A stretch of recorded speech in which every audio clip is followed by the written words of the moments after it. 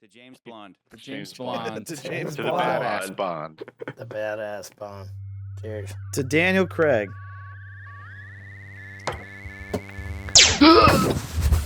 Oh, Johnny? Oh, Movie is Jesus Christ.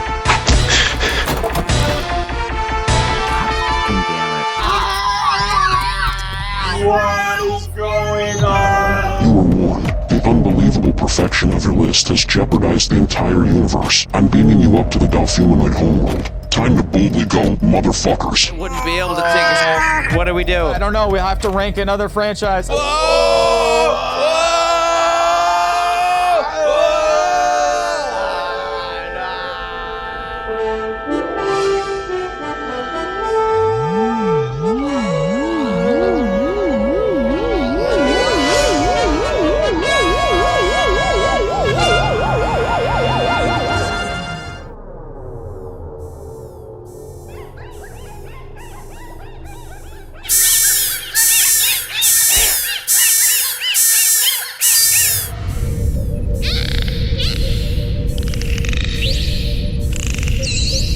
Excellent.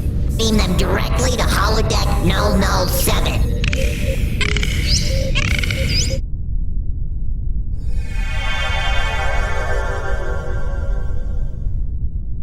Oh, it stopped, thank God. I Oh, didn't bring enough booze for this, dude. oh, dude. I didn't bring enough booze at all.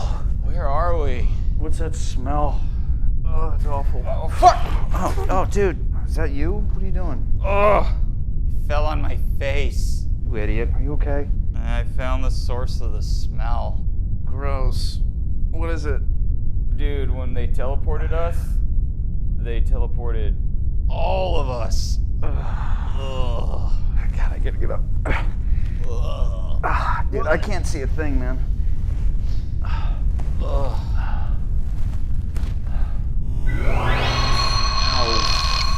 You scum have been brought before us to rank every film franchise from your pathetic homeworld. You up again by ranking our supreme leader's nephew's all-time glorious favorite. Star Trek, the motion picture. Yeah, that's not so bad. You have been given access to this holodeck and its library to assemble your lists. Hey, fuckface, the Nansbot killed off our 3rd, 4th, 5th, and 6th chairs. We need more men. Man, there's some serious trivia in this shit. How are we supposed to get through a list with just the two of us? We would never come to a consensus on anything. Ah, shit. Star Trek will have to wait. It's too important to risk the perfection of that list. We need a third chair. I'm not doing it without a third chair. We need a third chair. Hey, Chucky, according to this, we could resurrect a third chair.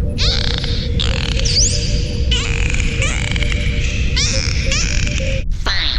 You have my permission to proceed with another series, but beware. The power to regenerate a third chair lies in the combination of two cosmically perfect lists. So choose your next franchise wisely. That? Yeah. That's so old, nobody watches that. Look, I think we could do it in a single lunar cycle. Alright, make that shit so, dog. We can't afford to take any chances. Wipe their memory the moment they've begun. Initiating Project FrankenScoot. Boop.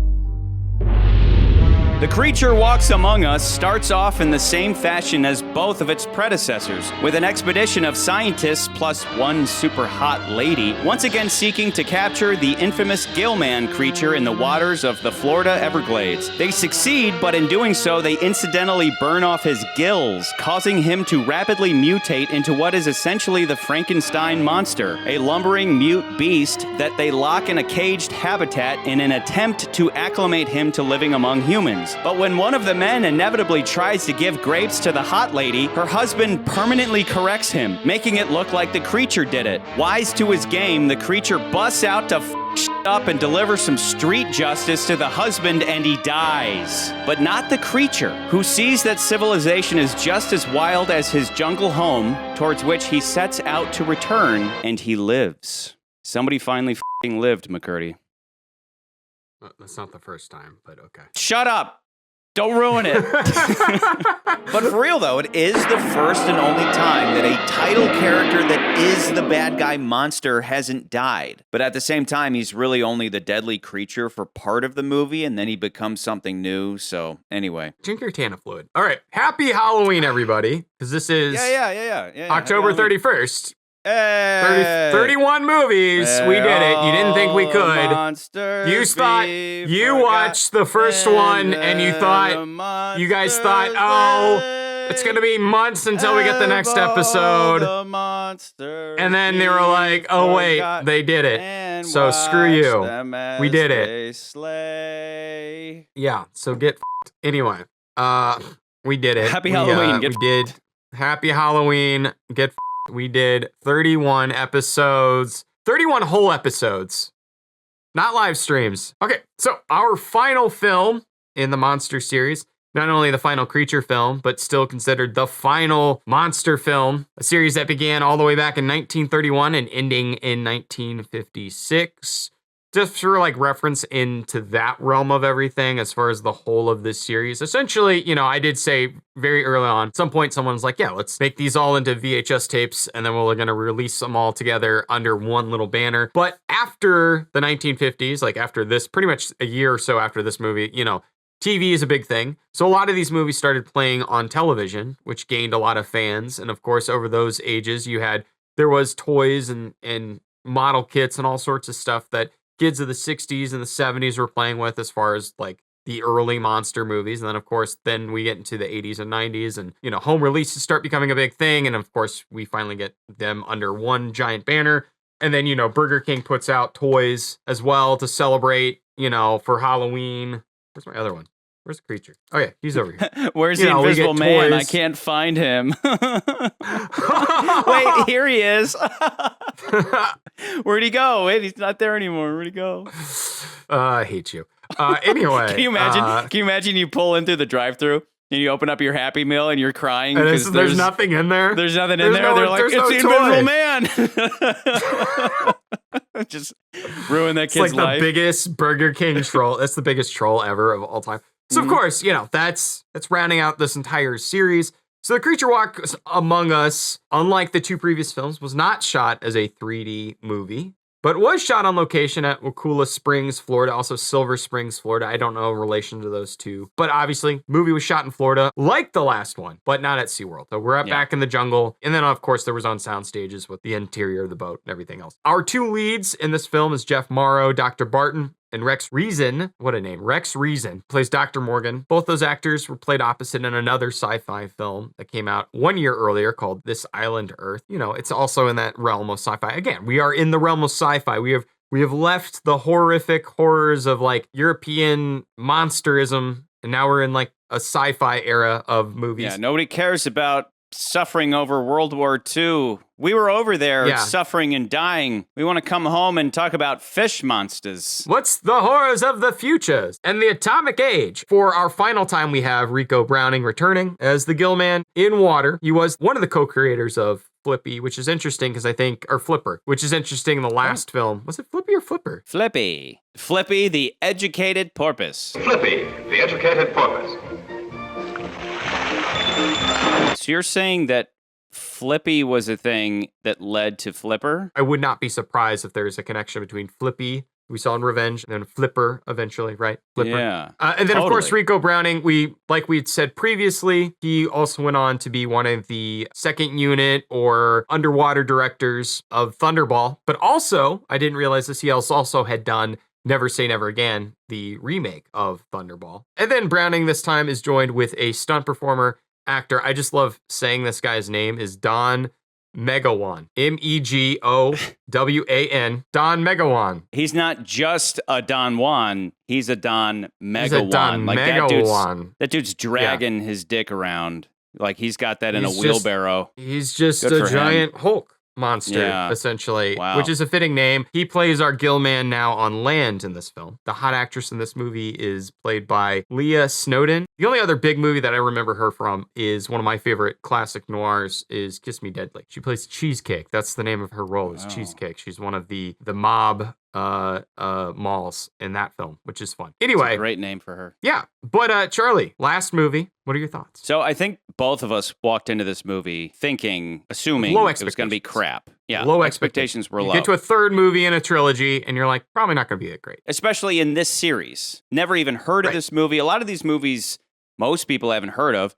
Any that I haven't heard of, I'm kind of, I'm a little skeptical. I'm always open-minded, Right. though. I want to like every movie that I ever hit play on. I like this movie. This movie took me by surprise. I appreciate it much more than I do Revenge of the Creature, the last one. There's no world where it defeats the adventurism of the original. That's why the original works so well. But in certain ways, this one brings about promises made even as far back as the first one, and definitely the second one. When you first hear the title, you assume it'll be about the creature, once again on the loose. Even the poster says something like, an entire city in terror or whatever. Which is a lie. That's just a marketing gimmick. That's not what you get. That's not what this movie is. This movie's, I don't want to say intellectual. It's a smaller movie. I don't want to say intellectual. It's a smaller, What's the other? It's not a... It's smaller and it's a little more. This is Quantum of Solace. This is a little more of like a thinking man's movie. Again, I'm not trying to be pseudo-intellectual. I'm just pointing out what's there. But by the end of the movie, you realize the creature of the title isn't the gill-man. Like how The Walking Dead isn't referring to the zombies. When you watch that show, you quickly realize The Walking Dead is about the living. It's about the living who are significantly more dangerous than the zombies. This movie is about humans chasing around an animal thinking they're above that animal, only to reveal they're just as animalistic. That's what you have to understand going into it. And it's laid out specifically in it's either the stars or the jungle scene. Because we all stand between the jungle and the stars, at a crossroads. I think we better discover what brings out the best in humankind and what brings out the worst. Because it's the stars or the jungle. Which is a perfect metaphor. It reflects everything we've been talking about this entire series, going back to Dracula, constantly revisiting this Christian idea that we are animals that need to learn to control our inner animal. Indeed. And we fail all the time. Even this small band of scientists can't control their dangerous animal emotions. Oh, come now, gentlemen. A celebration isn't a celebration if you use such self-control. So you have four main guys. You have Barton, Morgan, Grant, and Borg. There's a couple others, but those are the main guys. Which one's Borg? Borg is the aliens around us right now in space. Oh, in this movie. Borg is the guy who headed up the Sonar guy. He's got a little more presence than Mustache Man. I don't even know Mustache Man's name, but yeah, No, Borg. Mustache Man is on the side. But Well, okay, let's throw talking. Borg out. Let's throw Borg out. He just has a fun name because There you it go. plugs right into our world. Yeah. So let's throw Borg out. F him. You have Grant, Morgan, and Barton. So it's Dr. Barton who's kind of running this whole thing. Yep. Morgan, who is, I think he's just a biologist, but he's kind of he's the steady guy. He's more than he's a geneticist, but he's more than geneticist. He's a doctor, goddammit. I had no idea you could arrange surgical instruments this well. Well, genetics may be my specialty, but I'm also a doctor. I didn't mean to offend. It's just unusual these days to find such fidelity to doing things exactly right. Well, thank you. But it's unfortunate that Mr. Grant couldn't tell us the exact location of what we're looking for. I told you it was in the Everglades. I'll get you close enough. He's like, He's like, you don't f things up like everybody else, like that Grant guy. I and just then Grant walks assume, in. like, he comes in and he's just like, I deal with a lot of people, and I'm surprised. You've surprised me. You're actually a doctor. But it's a great scene to establish who these guys are, because you have Barton, who's just like my way or the highway, but he's he's like that with the other men because he's in charge. Because he has the money. Yes, but then his wife, we'll get to his wife. She's a little insubordinate, to where he can't take it. And then you have Grant, who is the guide. And so he's kind of like he's got all the grapes in the world. That guy has bunches and bunches of grapes. So much grapes. Yeah, he keeps trying to bang the doctor's wife. He also has man boobs. He has man boobs as well. Man boobs and grapes. So Grant's grapey, to keep up our alliteration theme of the night. We have an alliteration because I think you and I both, when we watched this movie, I was like, there's a Three Little Bears thing to this movie. Yes. Right? We have one who's a little too cucky, okay? That's Dr. Barton. Dr. Barton, he's a little too cucky. He's a little too cucky. Cucky, but he's got rich. Money. He's rich, cucky, but he's cucky. Rich. Yep. He's very insecure. And then we've got Grapey. Grant is Grapey. He's poor, but he's like aggressive. You know, it's like what women want a little bit of an aggressive guy. He's aggressive. He's really like trying to get it in with her. He's the new creature in this movie. He takes what he wants. I played hard to get and he kept going. He rides that line. In the previous films, we had Grapey creature. In the last two movies, this time he's played by Grant, who's a man who's the creature's got retarded in this one. This is literally a retarded creature. So he's not Grapey when he's retarded. They show a disconnected thought process. He had a critically low supply of oxygen to the brain for more than an hour. It could have caused permanent injury. He was oxygen deprived, so he is like he's just a guy now. But yeah, we have Grapey, we have Cucky, we have Grapey, and then we have Dr. Morgan, who's just right. He's Mr. Right. Yeah, he literally is Mr. Right. As you're watching the movie, I'm like, okay, I see what they did. Yeah, but he's not rich and he's not pushy. So he's the old school gentleman. Just Right. He's a gentleman. Today, you have to be all of those. You have to be Grapey, you have to be like Grapey, and he's not exactly fit, but like he should be. Grapey fit. In the modern movie, he would be. He's probably very strong. He's probably very strong. Just in the modern movie, today's he doesn't physique, have man tits. He would be like Chris Hemsworth. Or Jason Momoa in the modern movie. Yeah, because at the outset, in the first scene, she's very eyesy with all of them, but especially him. So yeah, he should be jacked. Yeah. So you have rich but cucky, you have poor but grapey, and then you have just right, but that's not enough. Being just right isn't enough. You need to be all three of those in one guy today. So like that's kind of the fun thing about this is you take the ideal man who doesn't exist and split him up, and then put a chick in the middle surrounded by these guys, and you have the dynamics of this film, which is a lot of fun. The doctor can't control his jealousy and rage. He's supposed to be the leader, and he's the only one who gets crazy drunk. His wife is insubordinate. I mean, this is all the animality. Grant keeps trying to bang the doctor's wife. A little lust in there. Doctor can't control his envy and wrath. I'm not trying to get back into the 7 deadly sins. I'm just pointing out what's there. The wife is insubordinate, and then Morgan is just perfect in every way. So for our alliterative purposes, Barton is boring. Grant is grapey. Morgan is marriage material. Right off the bat, the first shot of the movie is she's driving the car. As we talked about a lot in Bond, that says something. She's driving the car, and she's not just driving it, she's driving it really fast. Based off the visuals and the look on his face and her face, right away, it's like she wears the pants in the relationship, or at least he's really bad at wearing them, and it causes trouble. So it's like the perfect intro. And so fast forward to the end, I mean, you have this whole story about, the whole jungle or the stars thing pretty much speaks for itself, how we're stuck in between. And right at the end, the creature chooses to go back to the jungle. It's like an anti-progressive message in a sense, but like without opening that can of worms yet. That's the odd turn of the title, is you're expecting, the creature walks among us. It sounds like a horrible sci-fi,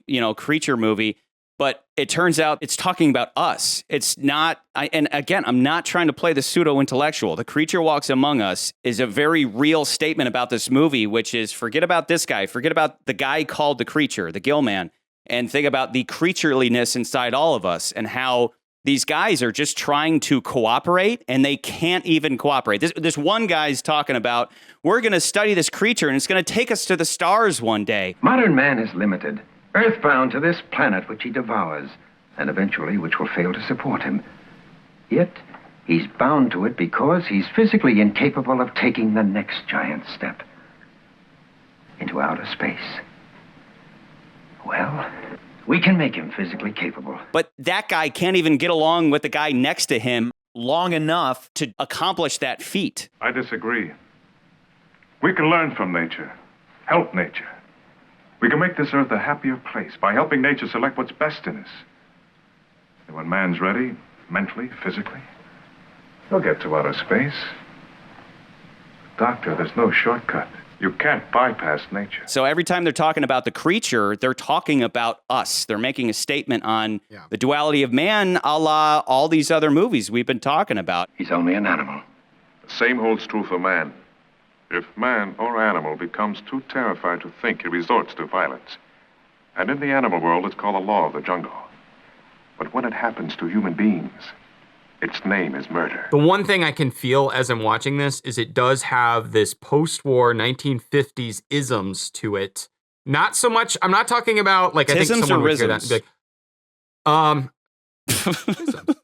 tisms.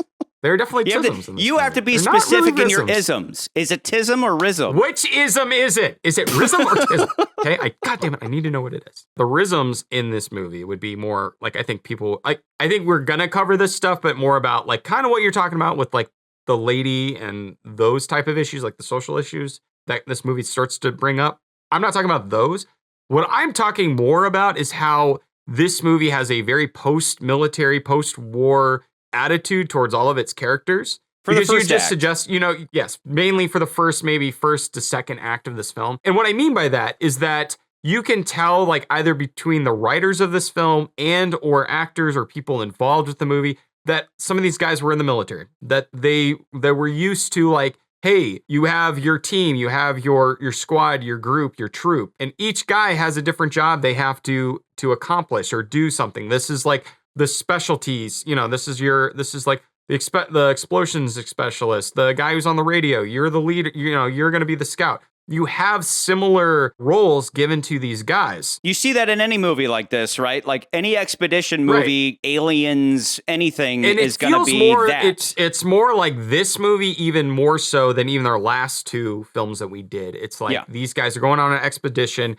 And so now it feels like, because now we get characters that to me in another monster movie would have been just fodder for the monster, but we never see that, which is I kind of find is a little unfortunate on my end. Like, for instance, you mentioned Borgman as Borg or whatever, the guy who plays Borg. Dr. Borg. Dr. Borg. He's the man in the chair, essentially, who's like showing off the scientific gear. This is sonar. The electronic waves move to the object in the water and bounce back. The time lapse between sending and receiving gives us the distance. Takes all the kick out of fishing if you know what's right there in the water. On this particular trip, we'd better know what's in the water. It sends a sound out, and then it bounces back. And it's common knowledge now, but it was probably important to lay that out back then. It does remind me of other movies, sci-fi movies, particularly like Forbidden Planet, one of my favorites, which is kind of the proto Star Trek movie. What the fuck is a Star Trek? I don't know, man. What's a Star Trek? We're not supposed to talk about Star Trek yet. They're going to be onto us. It's a similar thing where you have all these group of soldier types, military types. They don't really have personalities. They're just kind of like, that guy's the leader. They're functioning. This guy's, subordinate. Yeah, no, they're just functioning characters, but they're not characters. They're just background, essentially. This movie kind of has that same vibe. Shifting gears now to my second point about this little bit about this movie is this movie goes so hard on gadgets for the first half of the movie, and not in like a fun Dr. No way. It's not it's crazy. They're all used. It is. This is one of those where it's like, okay, they all are used, but name the gadgets. So, gadgets. We got the first one that I recall is that we have the sonar, which we just mentioned. It's like, and that's the one thing Dr. Borg does is he has the fish finder, and he's talking about there's some rock lobster right there. You see those new slightly arced lines? Giant rock lobster. We can find it with this depth finder. It's like the newest and latest thing, and they talk about like, all these fishing companies are using it. It's this awesome, amazing thing. This is how we killed all those goddamn gooks. I hate you. Anyway, yes. So they're like, we got this new device. They're going to talk about that. And then this leads to another thing. And then we also get the harpoon gun again. They don't really explain it that much in this movie, other than later when they bring it back up again. There's enough sleep juice in one of these things to knock out an elephant. It's got sleeping darts at the end. It's like, and then they have to do the close up of like, these have the tranquilizer darts, harpoon darts. You're like, okay, cool. We've got that. And then we also have the Ridium, or whatever it's called, the Rotenone. The Rotenone basically makes the fish sleepy or whatever. It's the same stuff we used in the first movie. Rotenone. is a drug which the natives make from roots for catching fish in still waters. Two things I do appreciate that this movie is that they name drop stuff that makes you like, okay, these are all connected universe stuff, where it's like, we bring up that, like, well, it worked before. Well, what was the other movie I worked in? The first movie, great. These movies are connected. Then they name drop Ocean Harbor. And based on information from Ocean Harbor in Florida, the length of the creature on the screen should be about half a centimeter more than that of the average male adult. Which is the name of Marine Land in that movie, in the previous movie, the Sea World. Even the fact that we're in the Everglades, that's where we left off, was the Florida Everglades. In Jacksonville, so it's different because in that before area. it was, let's go back to the Black Lagoon and just blow it the up because he's in an isolated area. Now it's like he could be anywhere, so we need the sonar. And then when we find him, we don't want to kill, they say it a lot, we're not trying to kill him as much as you might be tempted to. And that one mustache man, he just like starts popping caps and they're like, no, idiot. What are you shooting at, you fool? I want him alive. So there's that necessary escalation almost. It's like you couldn't just find him in the Florida Everglades. You would need the tools to do so. So that's where it's And this justified. is where I appreciate those the things. team. I'm not saying this makes the movie bad. I'm just saying it does feel of the times where it's like we're showing off all this gear, and it does feel like it reminds us of the early Bond films where they would spend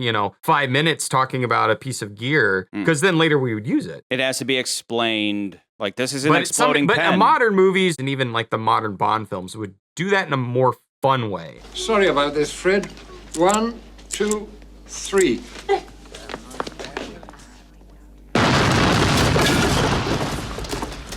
Don't say it.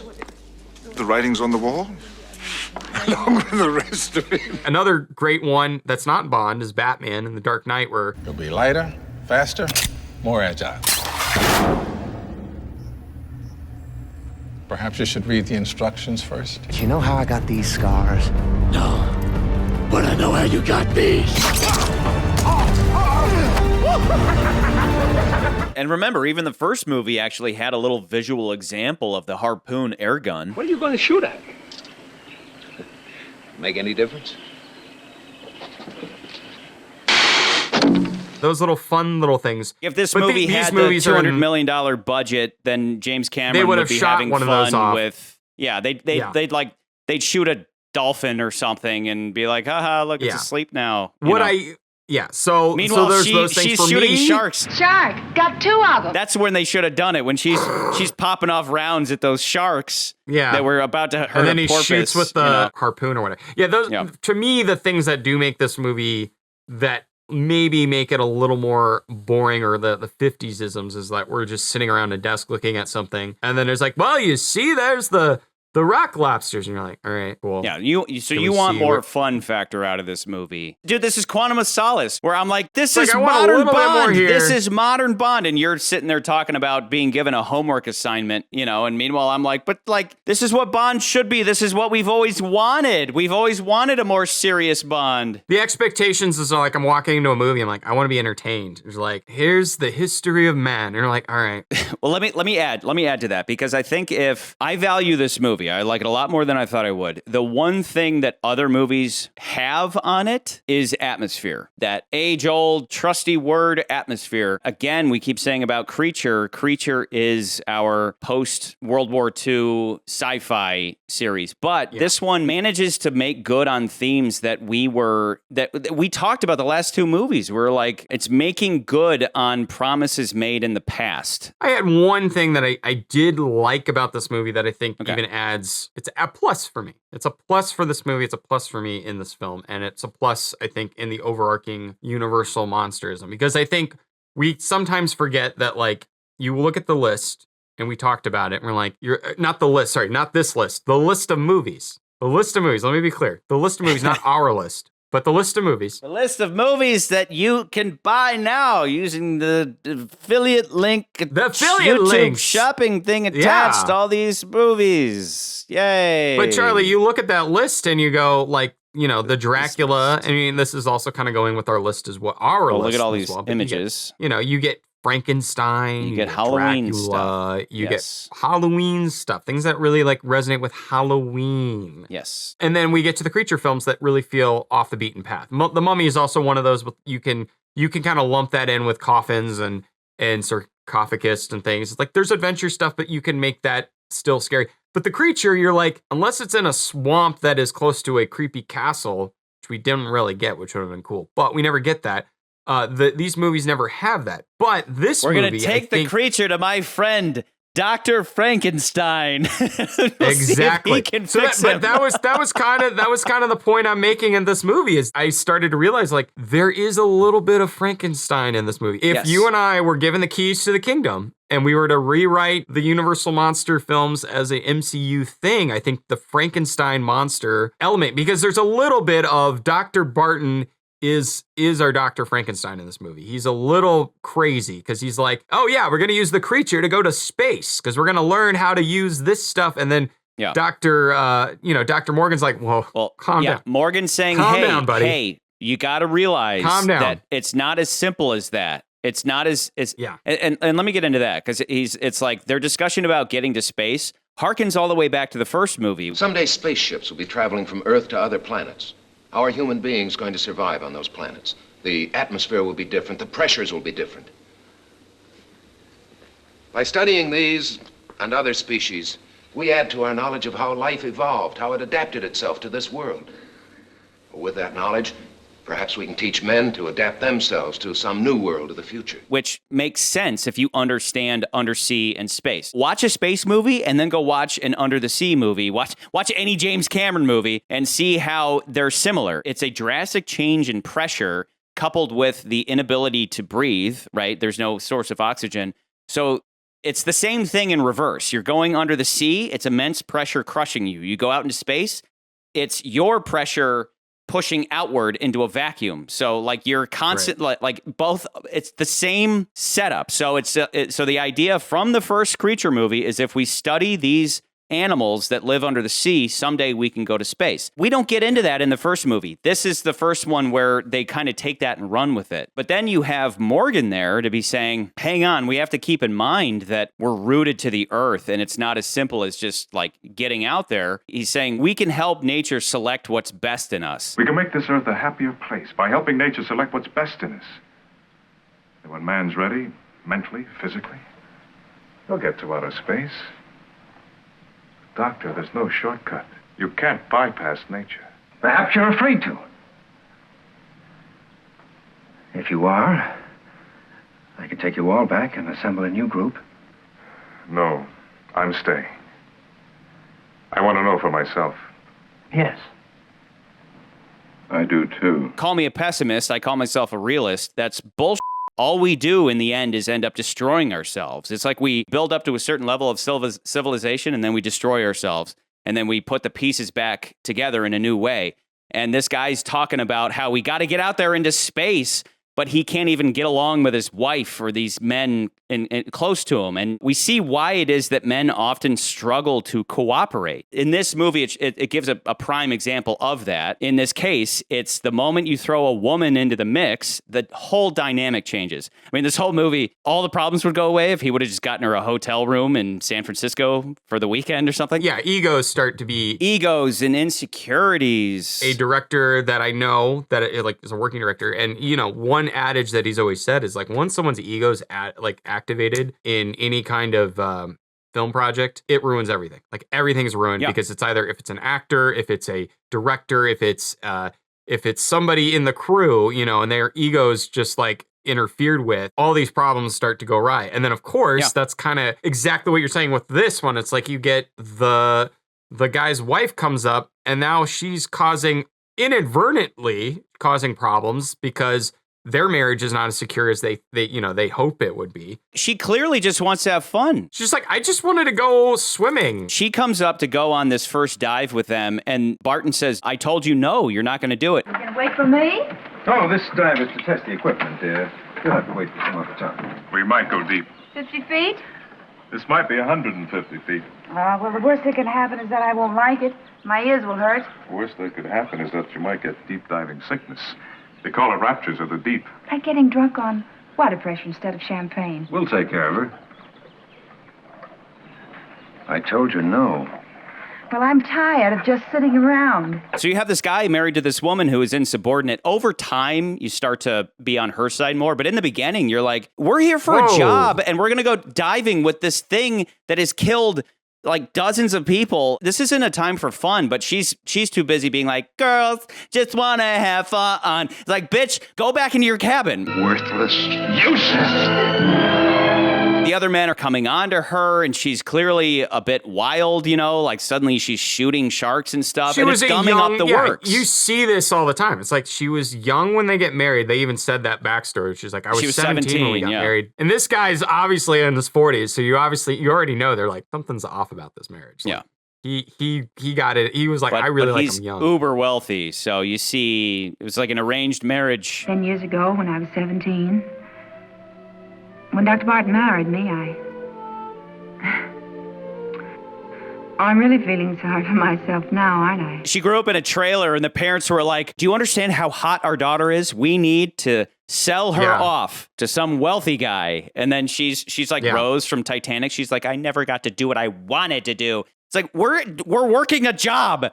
So my whole point being that the moment you introduce that dynamic, it changes everything. Like think about if we had a hot chick on this show. It would no longer just be two guys talking about a movie. It would change the dynamics of everything.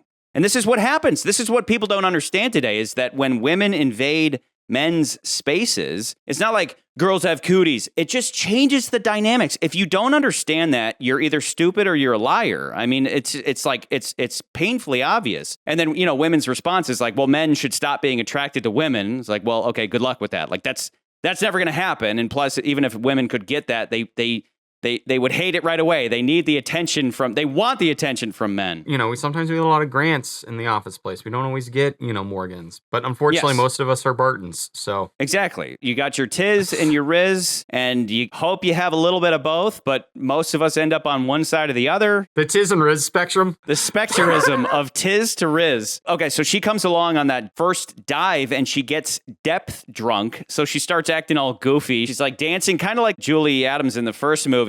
Yeah, I kind of yawned at that part of it. I was like, but it's there for a purpose. It's like she's actually drunk. She's like physically drunk, and she's acting a fool, and she's f***ing up there. You know, she's gumming the works. So this all goes a lot deeper into these dynamics than the previous movie, where there was no tension in that love triangle, as we talked about. It was just a big nothing. Here, it's driving the story, right? The whole thing is like, we can make the world a better place. No, we can't, because we'll never be able to free ourselves of our animality. And that's what Morgan keeps getting back to, is like, yes, it's great that you're talking about going to space, but like, we're rooted to the jungle. So we have to be careful. We have to be careful about this. And that's why you're right. That Barton's like Frankenstein. He's just recklessly running towards this goal of his. Jungle of the stars. The fools.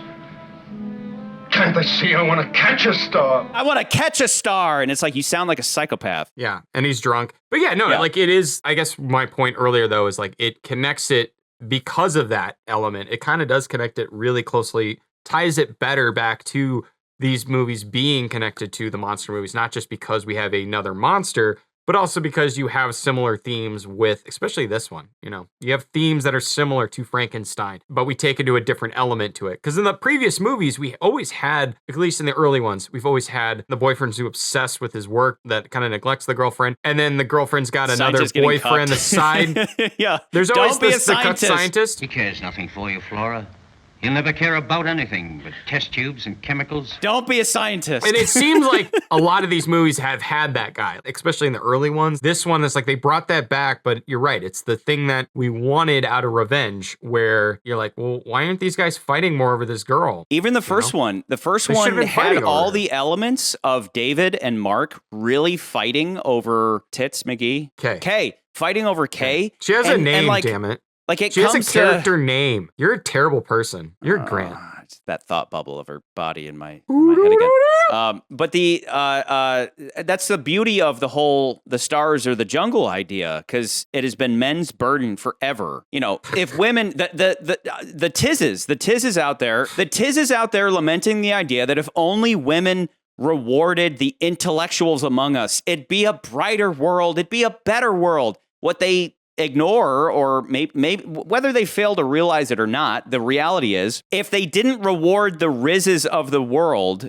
the Rizzes among us, it'd be a much more dangerous world. Like, you need both. We talked about this endlessly with Bond. It's like Bond's the perfect man because he can be a gentleman when you want him to be. and then he can be a killer when you need him to be, essentially. So it's like every man needs to strive to balance his Tiz and his Rizz. That's our charge. That's the hero's journey, is that balance. We're eternally bound to both because we're animals that can reach to the stars. So this movie nails duality of man in a way that I wish the first two creature movies had, finally bringing a love triangle to its thematic payoff. We actually get a payoff of the love triangle in this movie. We didn't in the last two. That wasn't the end of the world for those movies, but it was frustrating that those elements were there, but they weren't capitalized on. Whereas here, again, it all comes back to the idea that the creature walks among us is talking about the human condition. It's talking about the duality of man, not this fish monster guy. That doesn't put it at number one because, oh, wow, it's so profound. But there's effort going into this movie that I wasn't expecting, and it's fully realized. But it's lacking atmosphere. It's lacking that horror movie atmosphere. You have nailed down all of the meaning and all of the theming of this movie. What makes this movie a lot better than you tizzed out on Bring why some I Rizz. think I agree. Here's the thing. I agree with you. I do think this movie has a lot more to offer than I think what people would see on the surface, right? Oh, was that a water joke? Water pun? Okay. Could be. Okay. It's not dry. Very This wet. movie's the opposite of The Mummy, let's be real. There are elements of this movie that I wish were better. I think the movie's writers really, here's my analogy, my modern day analogy. It felt like this movie feels like the equivalent to an A24 film today. And what I mean by that is a lot of times there are a lot of people who go into A24 movies. Generally well-received movies are a little more on the artsy path. Like they'll take a horror film or a horror concept, and instead of really going full at the horror elements and really getting down the body counts and all this crazy stuff, they're more about the writing or the meaning or the theming of what that thing means. Sometimes it's really good and it's really well done. Other times we did an episode on Talk to Me, and it's just Talk to Me was like, great. Whoa, Hereditary, this is another amazing. great one. You know, Yes. and then there's times where you're like, yeah, you nailed the meaning down, but like, where's You the nailed fun the and games? Tiz. Where's You the nailed the Rizz? Tiz. Where's the Rizz? And this is where this movie has a little bit of it. In the first act, there's a lot of stuff where I like, oh yeah, like one of my favorite parts of this movie is when they're in the boat and they're catching the creature. I love, actually, that whole sequence is great.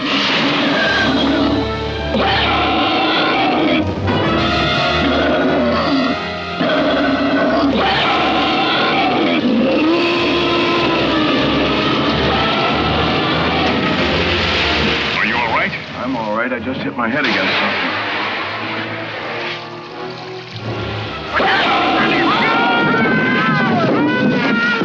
I think would have been better is if Mustache Guy had gotten his comeuppance and died. I think it would have helped the movie. When they went in there and he used the pistol on him, and they're like, don't use the pistol. And that would have built up And then he got Barton a little killed. more, because Barton Yes. would be willing to have a body count in order to achieve his ends, making him more of a son of a bitch. Like I said, this movie has this like, yeah, we're a bunch of military guys. So what's your personality? What is your character?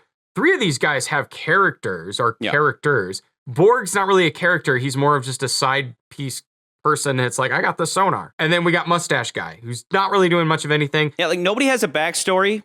Only the wife has a backstory. She might be the But only three-dimensional character, somewhat. You don't need a. Well, I disagree. I don't think you necessarily need a backstory. It's I'm more saying you just don't. like I'm not saying you great need it, but I'm saying to be characterization. three-dimensional. To be three-dimensional, Right. you need to have a backstory. None of them have that, but they don't need it, but they don't have it. You can kind of make assumptions about Grant and about Morgan. Morgan, at least, he's like, I'm a geneticist and I am also a doctor. So you're like, okay, obviously this is a man of science, but he's a little bit more wiser. Like they already give him that little bit of like, yeah, he's a little more wiser than the average guy. And level-headed. But then you level-headed. But and then, okay, we get the mustache character guy. You should have killed him off of that scene. That would, I think, helped the movie.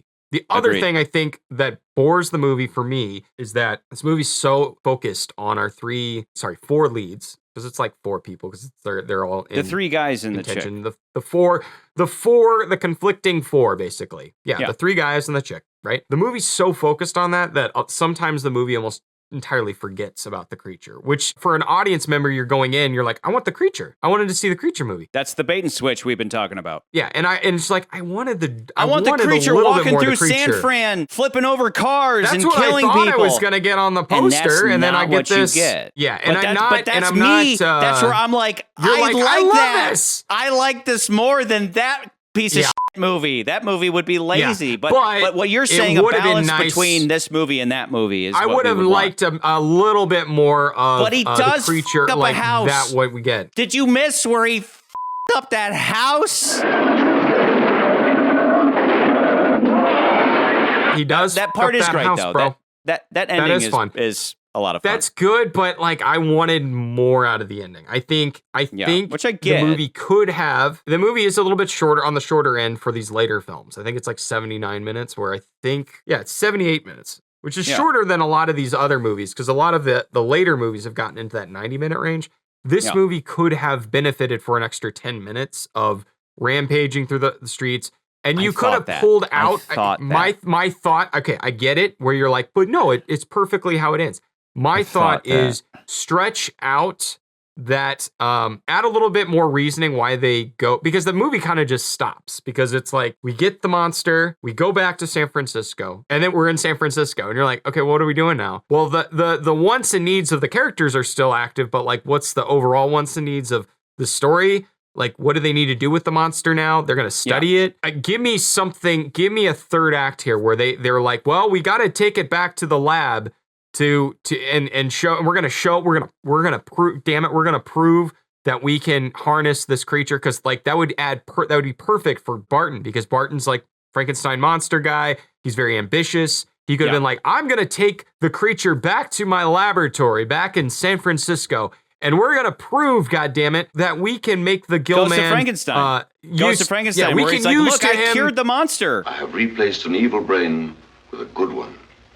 I have made amends for the great tragedy that my father and my brother unintentionally brought to this community. I cured him. We can use it to our benefit, and we can use this for scientific research, and I'm going to show the people of the board that I'm not crazy. You know, the modern movie would be like, I'm going to show the people of the board that I'm not crazy, and Morgan's like, whoa, dude, like, I get it, but he's a freaking monster. Like, he's gonna rage, and he's like, he's not going to rage. And of course, then we could kind of stretch out our little Grant love triangle thing with that, and then get into like a third act where they actually go and attack San Francisco or something like that. Then the movie could have been a little bit more of the two meanings. Like, we have the creatures that walk among us, and then the creature that walks among us. So I really wish that there was more to this movie. Like, I totally I wish there was more to the end. I kind of, the first time I watched the movie and it ended, you know, the end comes up, because you're expecting maybe something more, and then it ends. And then it ends.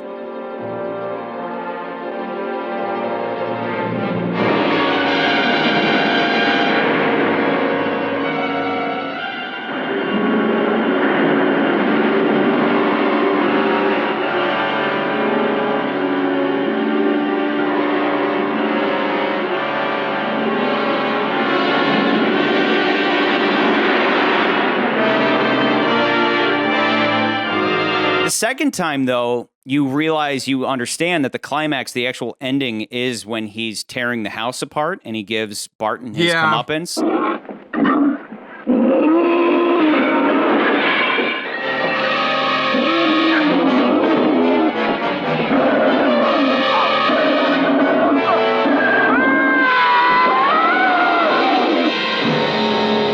And that's where I'm like, it's like, it feels like a original monster movie. Like, it feels like the older ones where it's like, wrap it up. Instead of going and attack the city, we're going to destroy the farm or whatever, you know? But if the whole idea is the creature walks among us and that creature is internal to all of us, and you have this guy who, they have a great scene there between Barton and Morgan where they're talking about two things at once. And Morgan even says it. He's like, are we talking about the creature or are we talking about people? He's even lost the need for violence. Because we've treated him kindly. The change is biological, not psychological. Well, forget the technical terms, Doctor. It's kindness, not pain. You mean he returns kindness with kindness? I believe it. You think that's always true, Doctor? Do you think that if I give kindness, I can always get kindness in return? How do you mean? Oh, come, Dr. Morgan. You're a very perceptive man. I'd rather not talk about it. It isn't any of my business. Then clinically, as a scientist, you should be interested. Imagine how often love is returned with hate and loyalty is returned with infidelity. Is that a proven fact? Oh, facts, Dr. Morgan. I only deal in facts. In reality, only that. We make our own reality sometimes. The facts are that when love is returned with hate, loyalty is returned with infidelity, How long does it take before something has to be done about it? Like what? What do you mean? Since we're talking about people. Are we, Doctor? I thought we were talking about animals, about the creature. All right, about the creature. If he thinks all men are his enemy, if he can't see things the way they are instead of the way he thinks they are, he lives in terrible fear. He's only an animal.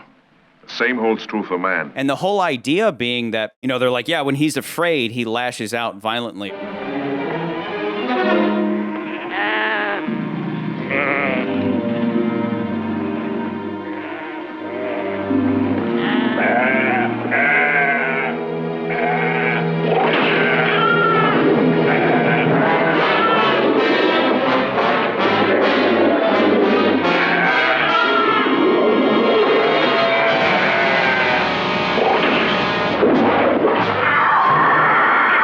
Essentially, it's like when he's afraid and insecure.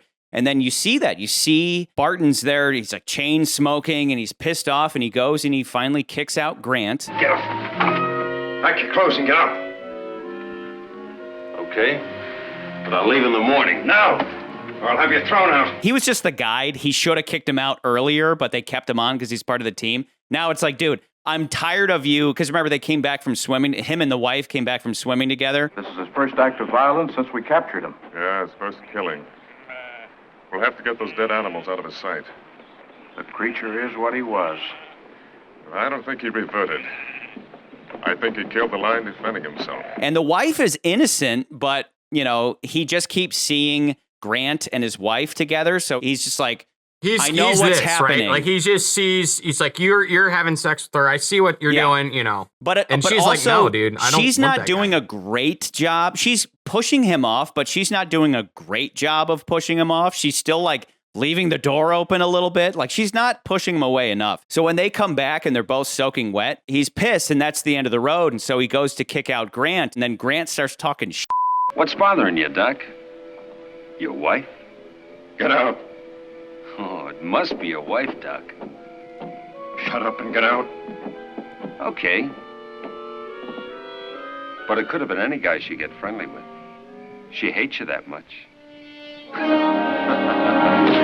And so he murders him, just like what Barton and Morgan were talking about earlier, where it's like when up against the wall or when pissed off and emotional, and you become the creature. You become the creature, and he lashes out violently and he kills Grant, and then he tries to pin it on the monster, on the creature, and the creature is observant. And this goes back to how it was like this creature is intelligent. Like he is the missing link between land animals and sea animals. So, and we are related to him. And, they even make the point of saying that like underneath all of that, he's more human than not human. The fire burned away the outer scale.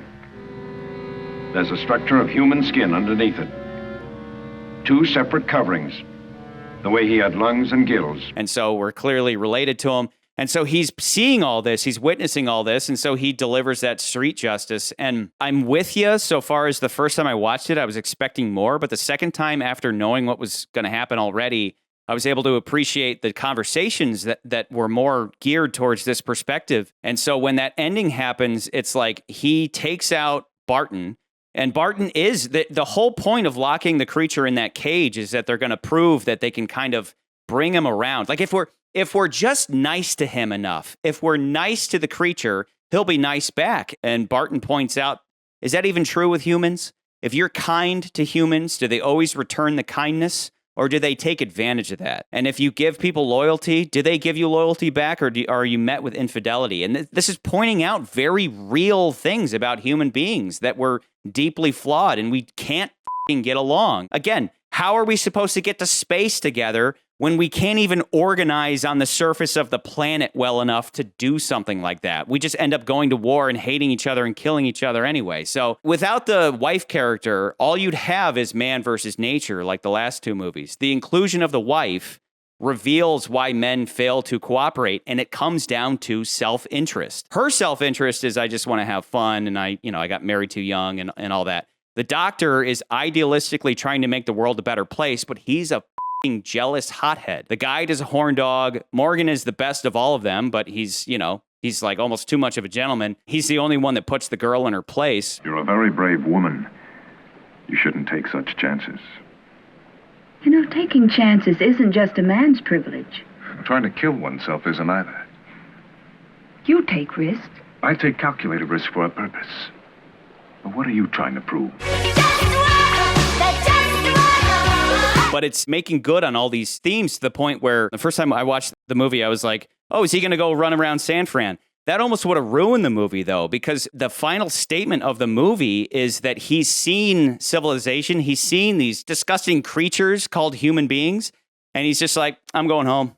I'm going back to the sea, you know, stars or jungle. I'm going jungle. I identify with that. It's like this idealistic view that we can create some utopia. And I'm like, no, f that. I want to live a simple life. I want to bullshit about movies on the internet and then die one day. Like, that's all I care about. That's the only place where I can find some truth. Everything else beyond that is just dealing with disgusting human beings who are just to each other because of their own self-interest. So let me offer up one final rant on the subject, because it's ironic that our next series is Star Trek, the most notoriously progressive series in history. A vision of humanity exploring the stars, having conquered all of society's ails. War, famine, racism, you name it. And don't get me wrong, I love Trek. Otherwise, we wouldn't be dedicating an entire series to it. But I always keep that insightful little Red Hot Chili Peppers lyric in mind when I'm watching it.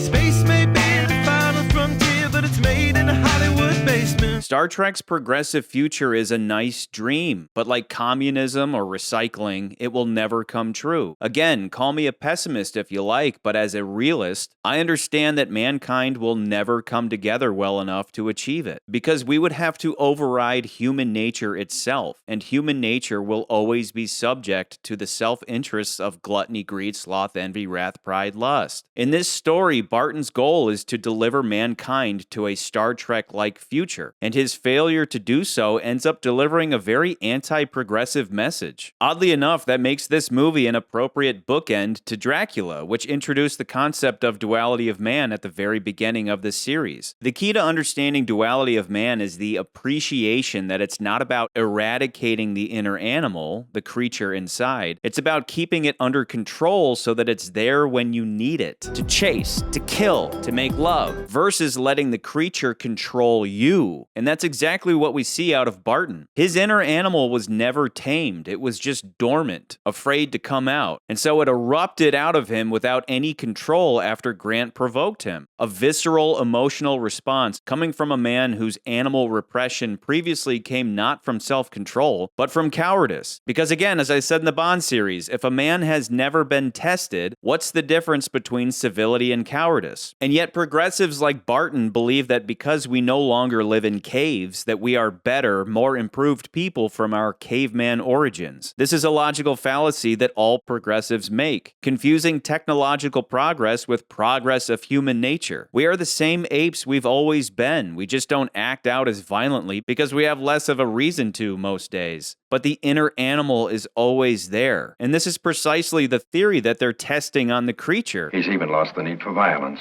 Because we've treated him kindly. The change is biological, not psychological. Well, forget the technical terms, Doctor. It's kindness, not pain. You mean he returns kindness with kindness?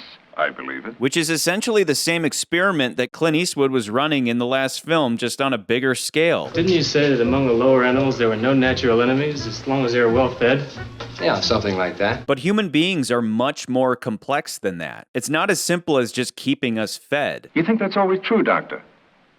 Do you think that if I give kindness, I can always get kindness in return? We are not built for contentment, but rather for constant strife and conflict because people are driven by self-interest for more and more and more, and that's exactly what the 7 deadly sins represent. And that's precisely where religion steps in to try to curb those animalistic urges for excess by demanding the people sacrifice them for the bigger picture. And yet it is these science-worshipping progressives that shut out my voice the moment I start talking about religion. And granted, people are going to abuse religion the same way they abuse science or any other system, but they are convinced that science alone is capable of solving all of humanity's problems. But even if this were possible and we created a perfect system, without blowing ourselves up first, we would still be subject to the 7 deadly sins, the inner creature that when wrought upon society diminish cooperation and instill weakness amongst the people. And a weakened people are first conquered from within within and then conquered from without. This has always been the case and will always be the case. I'm sorry, progressives, I admire your faith in humanity, but you make the grave mistake of assuming everybody is just as smart as you are, that people will always do the right thing and not act selfishly. An individual can certainly make personal progress, don't get me wrong, but eventually that person dies, and then the next generation has to make that same progress as the cycle repeats forever through time. The only thing that remains from these previous generations is their stories. However, progressives often cast these stories aside as outdated, assuming that new is always better than old, while making the grave assumption that the angel always overpowers the devil in every man's soul. Christianity is the opposite, starting from the baseline that human beings are disgusting animals with no sense of self-control and need strong discipline. For example, remember that whole spare the rod, spoil the child thing from the Bible? That line is about disciplining your kids so they don't end up in a police body cam video. Today's progressives, however, reject discipline as oppressive and abusive, refusing to make such a sacrifice of themselves for their children, unable to face the discomfort of disciplining their kids at the future expense of their kids. You guys are the worst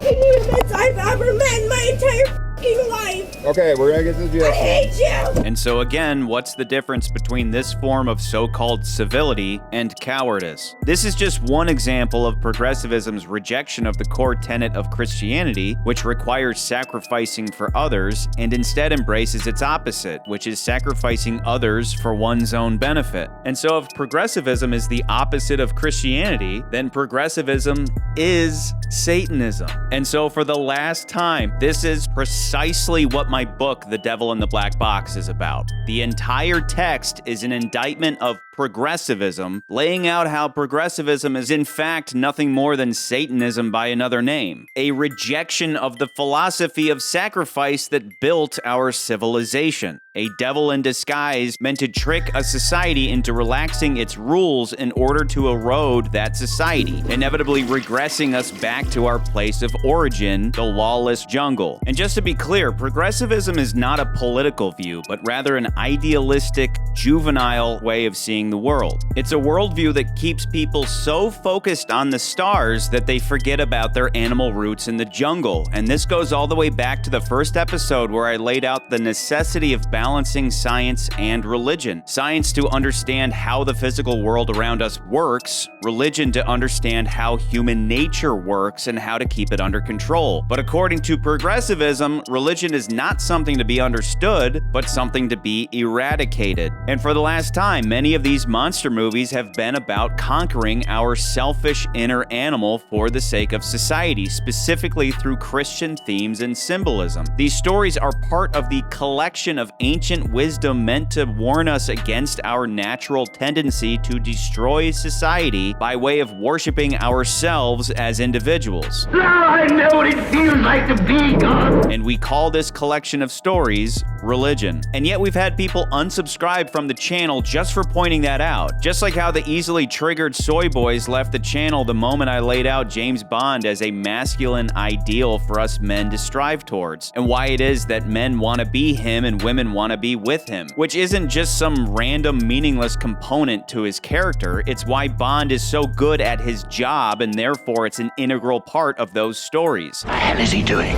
His job. You can't talk about James Bond without talking about his character and that which makes him effective. Just like you can't talk about these monster movies without talking about Christianity. I'm simply laying out what's right in front of your face. Many of these films are Christian, whether you like it or not. And frankly, good riddance to these folks, because these are the kinds of people that would claim to be completely open-minded, and yet they shut their ears the moment anything about God or religion or the devil is mentioned. And it's very frustrating, because you say to an atheist something about Mother Nature and they don't skip a beat. They know exactly what you're talking about. And yet when you mention God, well, then everyone loses their minds, because they refuse to understand God as a concept. Because their understanding of God is that of a 4-year-old, that God is a magical man in the clouds. When that's your only definition of what God is, it's really easy to not believe in him. Whether or not God is objectively real is of no concern concern to me personally, because God is most definitely subjectively real, as in he's a concept that we use to express an idea, a spirit that we can embody collectively so that we may cooperate as a species. If anybody listening right now insists that God doesn't exist, I seriously don't give a damn. I have my own thoughts on that, but when it comes to understanding God in narrative terms, God is a concept representing that which is collectively good for all, and it comes at the price of individual sacrifice. I shall look after you,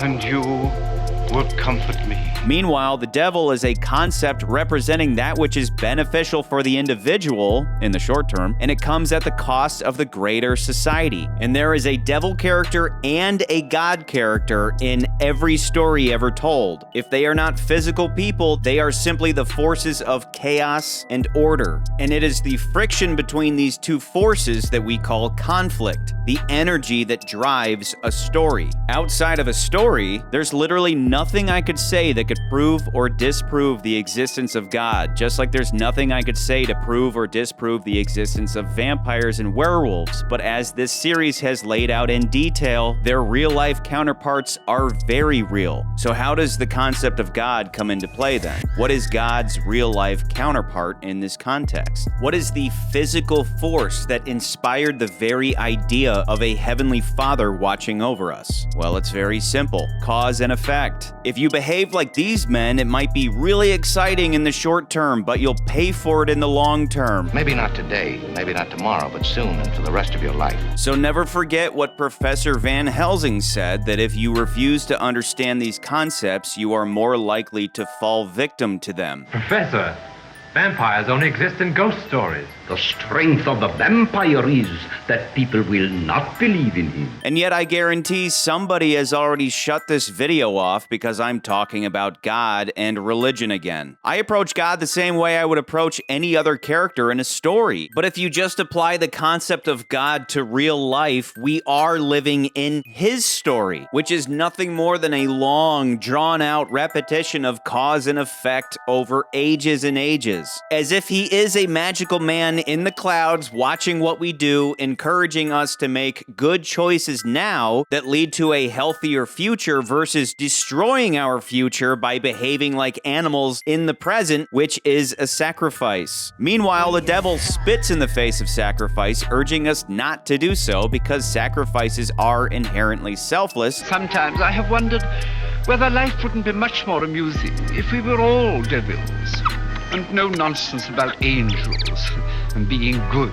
And the devil, aka your inner animal, wants to keep us selfish. Again, this is why the scientists in this film ultimately fail, because they're so focused on the stars that they underestimate their animalistic roots down in the jungle. Just such a fine wife. No, please. I accuse the atheists out there of making these same mistakes. Their atheistic thinking comforts them, because if God and the devil aren't real, they'll never see punishment for their own sins. And so they go out and commit those sins, and it feels good in the short term, but they are punished in the long term while the overall society degrades. So is that God doling out punishments, or is that just the cause and effect nature of reality? My response is easy. What's the difference? So for example, why is murder bad? From an objective scientific perspective, murder is natural, and it certainly solves problems quite easily. But from a subjective religious perspective, murder is condemned. Why? Because it is an action that only benefits the individual at the expense of the greater society, which is to say that if everybody behaved that way, we wouldn't have a society. So in order for society to function, individuals have to give up their natural desire to kill others in their community. They also have to give up their desire to sleep with their business partner's hot wife. We have to forego our innate animal desires for this whole monkey show to work. And this is why progressives are fools. Because again, they fundamentally misunderstand progress, conflating technological progress with progress of human nature, which has never happened and will never happen so long as we remain individuals with free will instead of becoming a hive mind like the Borg. And as individuals, we have to learn to keep our self-interests in check with the fragile persistence of the societal whole. This is why it is very unwise to shut one's ears to the experiences of those that came before us, which is all a story has ever been. And so stories are my religion. And yet that's all religion is, a collection of stories.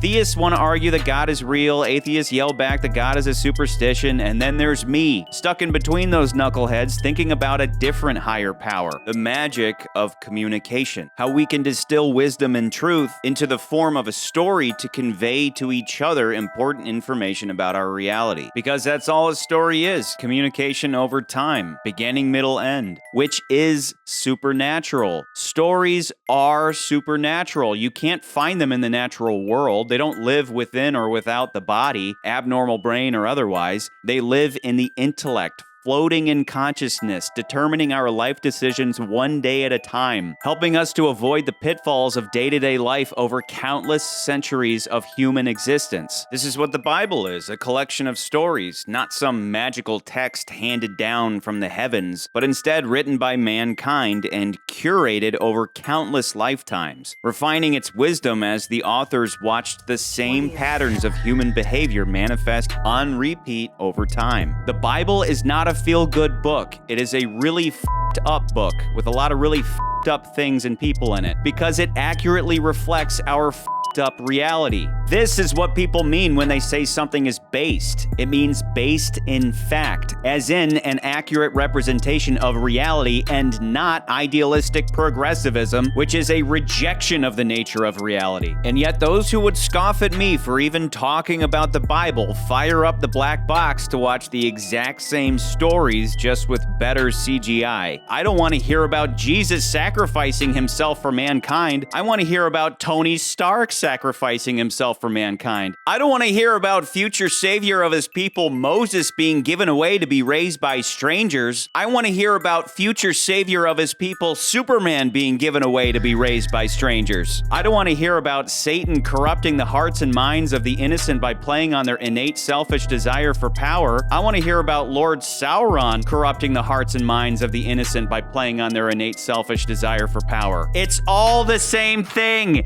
It's all the same stories screaming at you from the past to stop making the same mistakes over and over and over. And such behavioral decisions are determined by the protagonists those people are embodying. Yeshua or Lucifer, Elizabeth or Dr. Pretorius, Dracula or Van Helsing. Each of them represent the importance of stories and how the only ones of any real value accurately reflect reality, which is nothing more than an oscillation between good and bad, chaos and order, which is literally the structure of every story ever told. Things are normal, then something happens and everything is thrown into chaos, and then order is reestablished. And so stories are little distillations of the nature of reality itself and serve as warnings about the pitfalls of life in both the short term and the long. We call this wisdom. The irony is that more often than not, the people who choose to close their eyes and ears to that wisdom the moment they hear words like Jesus or religion or Christianity go and commit the same mistakes that inspired those stories in the first place. These progressives are the same type of people that obsess over getting out into space and exploring the stars because such a romantic utopian dream gives them a sense of purpose. Can't they see I want to catch a star? Meanwhile, down here on Earth, their home life is a mess and they can't even get along with their neighbors. And Barton's crappy marriage represents this perfectly. He dreams of the stars because he's failed to conquer the jungle of normal life, pretending that science alone will save us without religion to balance scientific power with enlightened temperance. Our scientists have done things which nobody's ever done before. Yeah, but your scientists were so preoccupied with whether or not they could, they didn't stop to think if they should. Science and religion help us to understand reality, which is nothing more than a chaotic state regularly oscillating between good and bad. Therefore, the only way to go about life is with an acceptance that with the good comes the bad and with the bad comes the good. And it takes courage to face such a reality forthrightly. I've seen the imperfections of the human body. A surgeon sees them and knows. Modern man is limited, earthbound to this planet which he devours, and eventually which will fail to support him. Yet, he's bound to it because he's physically incapable of taking the next giant step into outer space. Well, we can make him physically capable. I disagree. We can learn from nature, help nature. We can make this earth a happier place by helping nature select what's best in us. And when man's ready, mentally, physically, They'll get to outer space. Doctor, there's no shortcut. You can't bypass nature. The progressive rejects the bad, expecting reality to only bring forth good, and this is because the progressive lacks the knowledge and the courage to face reality such as it is, retreating instead into the idealism so easily dreamed up in their mind that simply does not exist in the real world. Like how a perfect circle can be visualized in the imagination but cannot be drawn into physical reality. Even if you get close, it can never be perfect. Why? Because tiny variations, the orientation of the hairs on your hands. Yeah, look at this. The amount of blood distending your vessels, imperfections in the skin. Imperfections in the skin? Microscopic. And never repeat and vastly affect the outcome.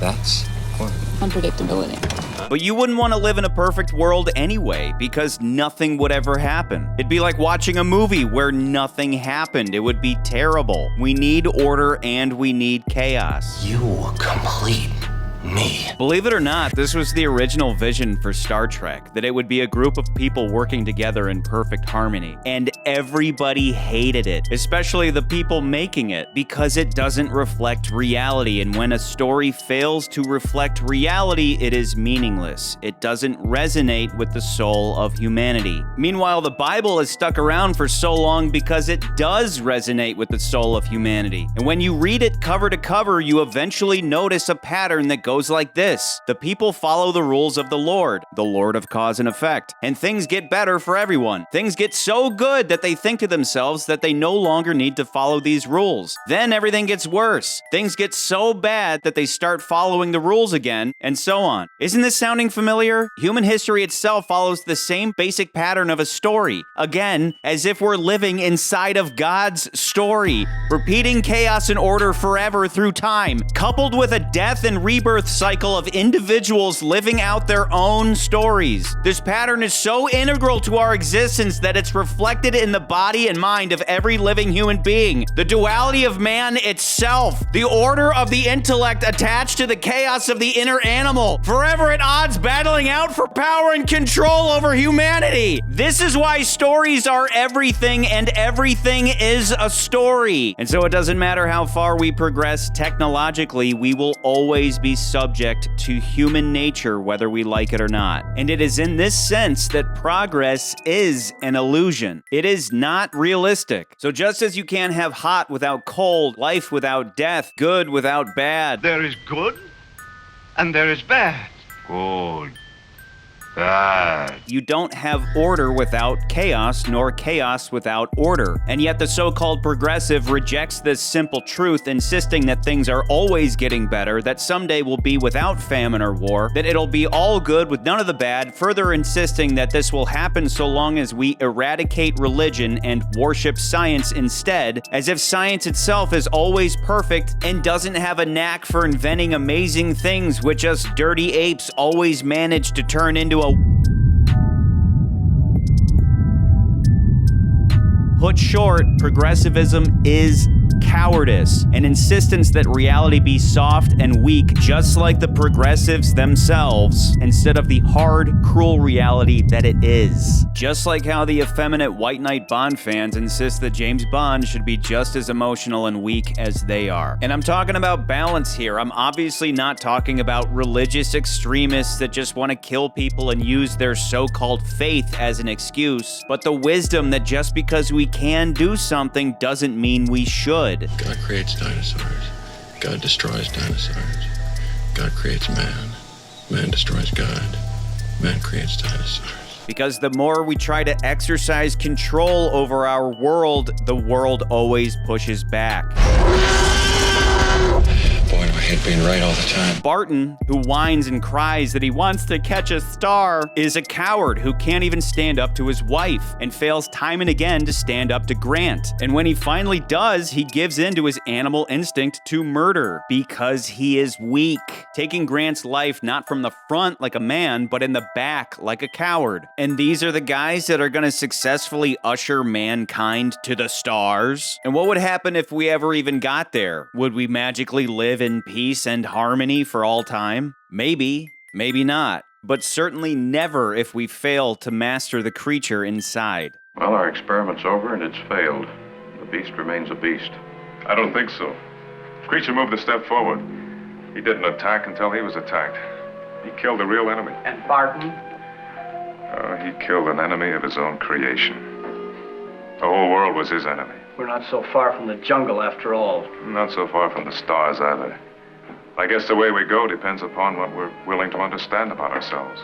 And willing to admit. Morgan, a man like Van Helsing, strong of will and knowledge, representative of the ideal balance between scientific and religious understanding, as well as a keen balance of Rizz and Tiz, survives both of these men, and it's heavily implied that by doing so, he also wins the cheesecake. Will I see you again? Yes, of course.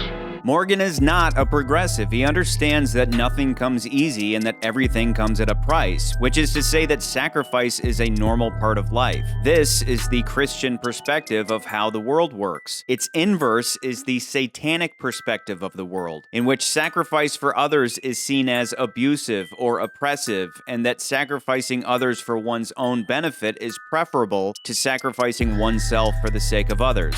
This is the progressive worldview, in which Christian standards of self-control are demonized while selfishness is glorified. Again, progressivism is Satanism. That doesn't mean your progressive next-door neighbor is on their knees bowing down to a statue of Moloch or whatever, but it does mean that for the most part, they don't believe that individuals need to make sacrifices to the greater good, instead seeing such an act as abusive or oppressive. But sacrifice is necessary, and it always has been, and it always will be. And so by rejecting the necessity of sacrifice, they deny the nature of reality itself as dramatized in Christian stories about sacrifice. And instead, they are drawn towards stories that tell them that they can have everything both ways and they should be as selfish as they please. And at the end of the day, at the end of the century and beyond, virtually none of us will be living that Star Trek life out there with the f***ing Dolphumanoids. We'll be right here, stuck on the surface of this blue planet, rubbing shoulders with all the other apes just trying to get along. And how the hell are we supposed to do that if we don't have a basic behavioral code other than I'm an individual so I get to do whatever I like? Because when morality isn't handed down from an ultimate higher power, it's left up to the individual to come up with their own morality. And when that's the case, people have a habit of making their personal morality conform to their preferred degeneracy and then label it progress, which is nothing more than an obvious cheap trick to have it both ways, to be selfish while skirting around shame while also claiming victimhood. It's evil in every possible way, and it's a mindset that is rampant today, specifically while our society grows increasingly secular. An abundance of information with a deficiency of wisdom. Because we all stand between the jungle and the stars,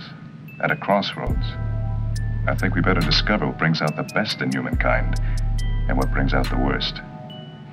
Because it's the stars or the jungle. I don't know if heaven exists nor if hell exists, but I do know that the afterlife does exist because we're living in it right now. Everybody alive is living in someone else's afterlife. And it was those that are no longer with us that brought us out of the hell of the jungle so that we could live in the comparatively heavenly place we call society. A place that is built on strict rules, rules that when broken lead straight back to the hell of the rules of the jungle. That was the sacrifice our ancestors made for us. And yet now the progressive thinks that same sacrifice is no longer necessary. But the necessity for sacrifice never goes away because civilization is not permanent, but rather has to be maintained indefinitely. Because the inner creature is always there below the surface, waiting to get out. So I urge all of you that don't like to hear certain words to try understanding them in practical narrative terms as a method of expressing important concepts that are communicated in stories. When you hear Christianity, think shared behavioral code. When you hear Jesus, think the ultimate example of one who sacrifices. When you hear Satan, think the ultimate embodiment of selfishness. When you hear God, think the master of cause and effect who urges you to make sacrifices in the present for a better future. When you hear devil, think the ultimate trickster urging you to sacrifice long-term success for short-term pleasure. When you hear science, think truth based on objective observation that leads to societal knowledge. And when you hear religion, think wisdom based on subjective life experience through time that leads to societal stability. And we need both, because while knowledge can tell you that a tomato is a fruit, it is wisdom that knows better than to put that tomato in a fruit salad. And this all goes back to the first episode where we stated that even though this series of films is a century old and rudimentary compared to today's filmmaking technology, only a fool would cast them aside as useless or uninteresting or unimportant. Only a progressive would ignore their wisdom and label their Christian themes as outdated, and then go take life advice from some other equally naive person on TikTok instead. And this is where the title The Devil in the Black Box comes from the truth that if you let this device you're currently using to watch this show influence your personal behavior towards selfishness and manipulate your mind away from realism and towards idealism, then the devil in the black box is easily identified. Here, let me turn the screen down for you.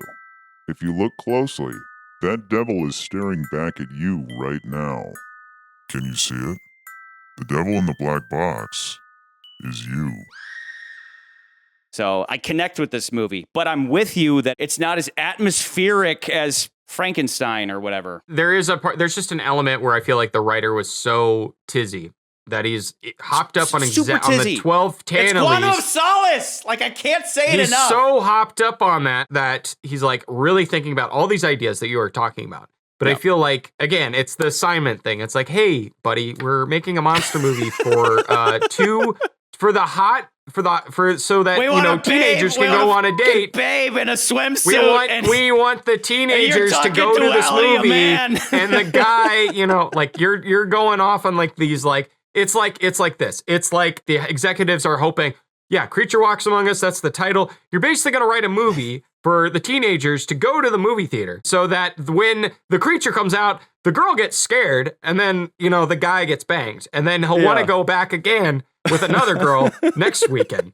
That's the movie you should be writing. What instead you wrote was a movie written by the nerd in the class who now has a boner watching this movie instead of, and there's no chick there, so there's no girls in the theater. Dude, so that's if a nerd wrote it, she would have gotten with Borg. If a nerd wrote this, and that's true. You know that's true. If a nerd had written this, not cast, wrote but not cast. Come on, you idiot. Cigar chomping man's like, I ain't casted no mustache balding motherfucker as my lead in this movie, you idiot. That's not gonna happen. But that's my main overall point with this movie. It's it's a really smart movie that is very what's the word? Not underwhelming. Not one underwhelming. Gay? No. What do you call something? Sorry, my brain's freezing up. What do you call something if it's like overhyped, right? What do you call that? Overrated? Overrated. Sorry, underrated. This is a movie that's very underrated. That was what I was trying to get to. My brain was not. Quantum of Solace. I can't point that out enough. It's like this movie has some stuff that makes it. It's like don't just pass over this movie. But that being said, it's like I always think when I'm thinking about it, and I'm thinking about this versus something like, for example, Son of Frankenstein, which has its flaws, but I think about walking into that castle Frankenstein and the lightning and the feeling and all that. This movie doesn't have that, but then it does. Towards the end, it has a whole scene of this freaky creature. We have a Frankenstein character in this movie. Yes, and it's walking around. It's hunting its father, in this case, Dr. Barton. It's hunting him, and it finds, that's what's so bizarre, is that it finds the chick with Morgan.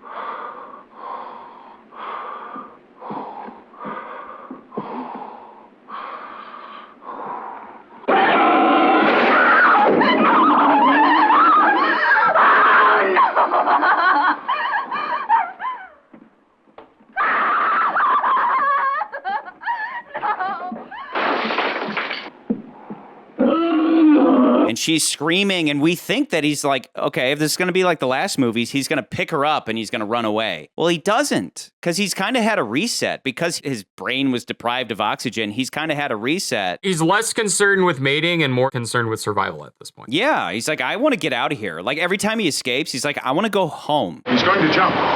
He'll die underwater. He'll use his lungs and he'll drown.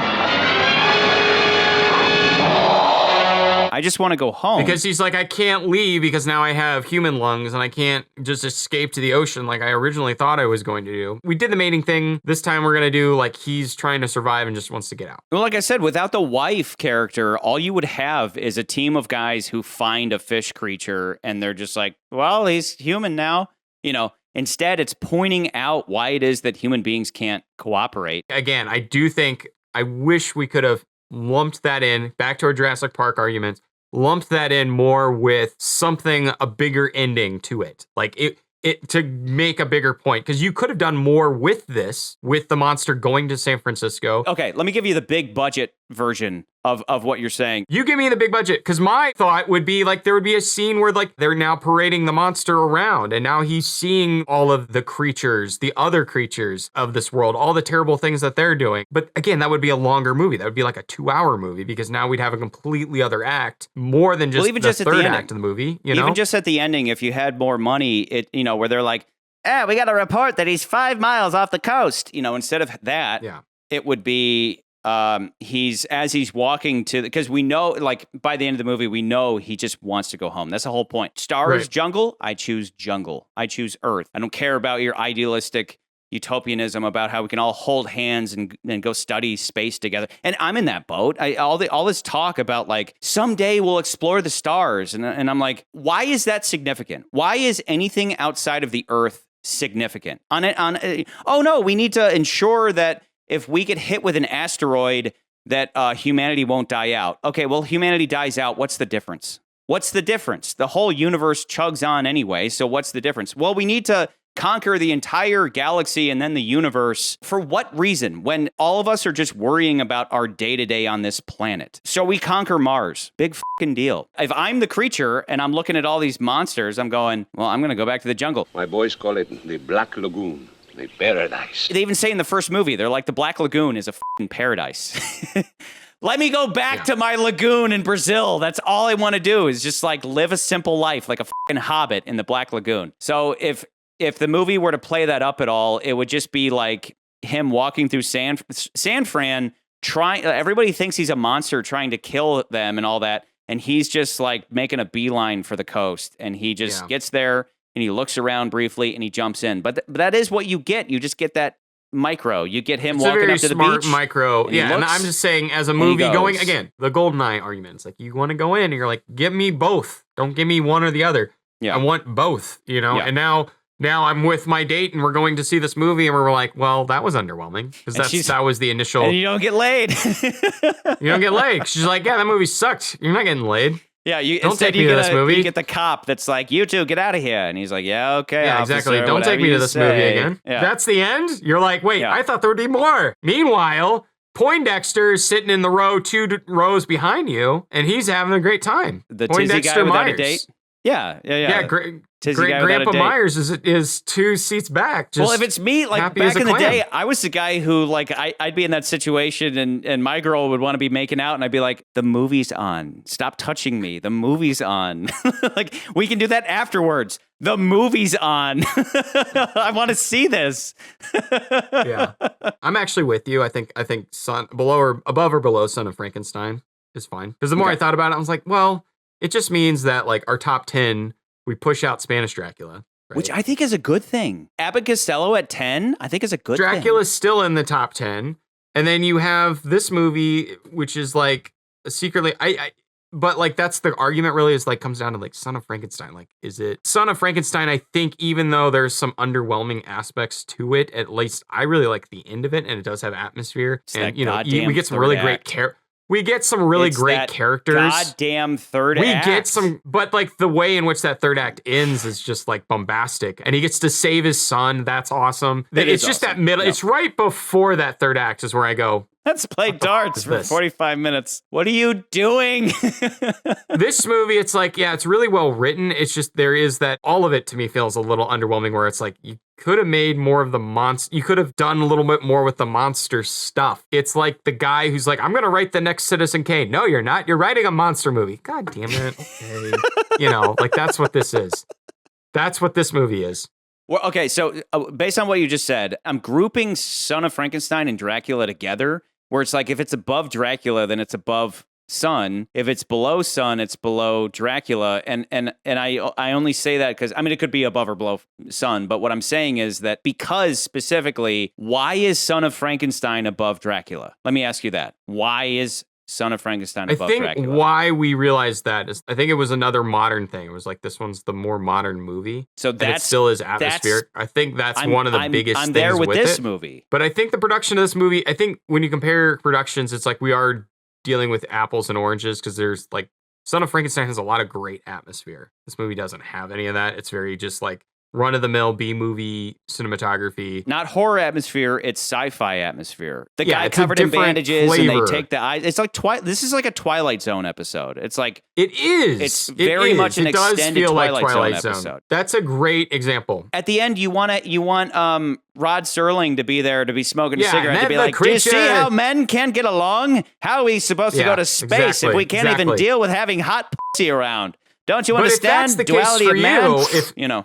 If that's the case for you, then I'd be like, I'd put it below Dracula, above Abbott and Costello, because that's where my gut would go. I'm not saying a Twilight episode makes it bad. It just depends on whether or not we think I'm saying if you're grouping those two together, the atmosphere of Dracula, the atmosphere of Son, and Dracula still has meaning too, but that's also again, it's more of like this is more on point for what we're wanting out of these movies. This is like still great, but it's like. This is Twilight Zone. We were talking about monster movies. So this is like the future, but it's not like this is the A24 version of we're rating Friday the 13th here. We're not rating A24 horror or a better example would be like Halloween, like the original Halloween, those types of slasher films. I think based on what you just said though, I think the happy place then would be just above Dracula because Son of Frankenstein has our horrific atmosphere that we love. I can't get enough of that lightning. I don't know what it is about that other than just gothic horror. Just pure gothic horror is going into that creepy castle with the lightning and learning about his father's legacy and all that stuff. The reason Son of Frankenstein is above Dracula is an execution argument. It's not as complete as Dracula, but it's that why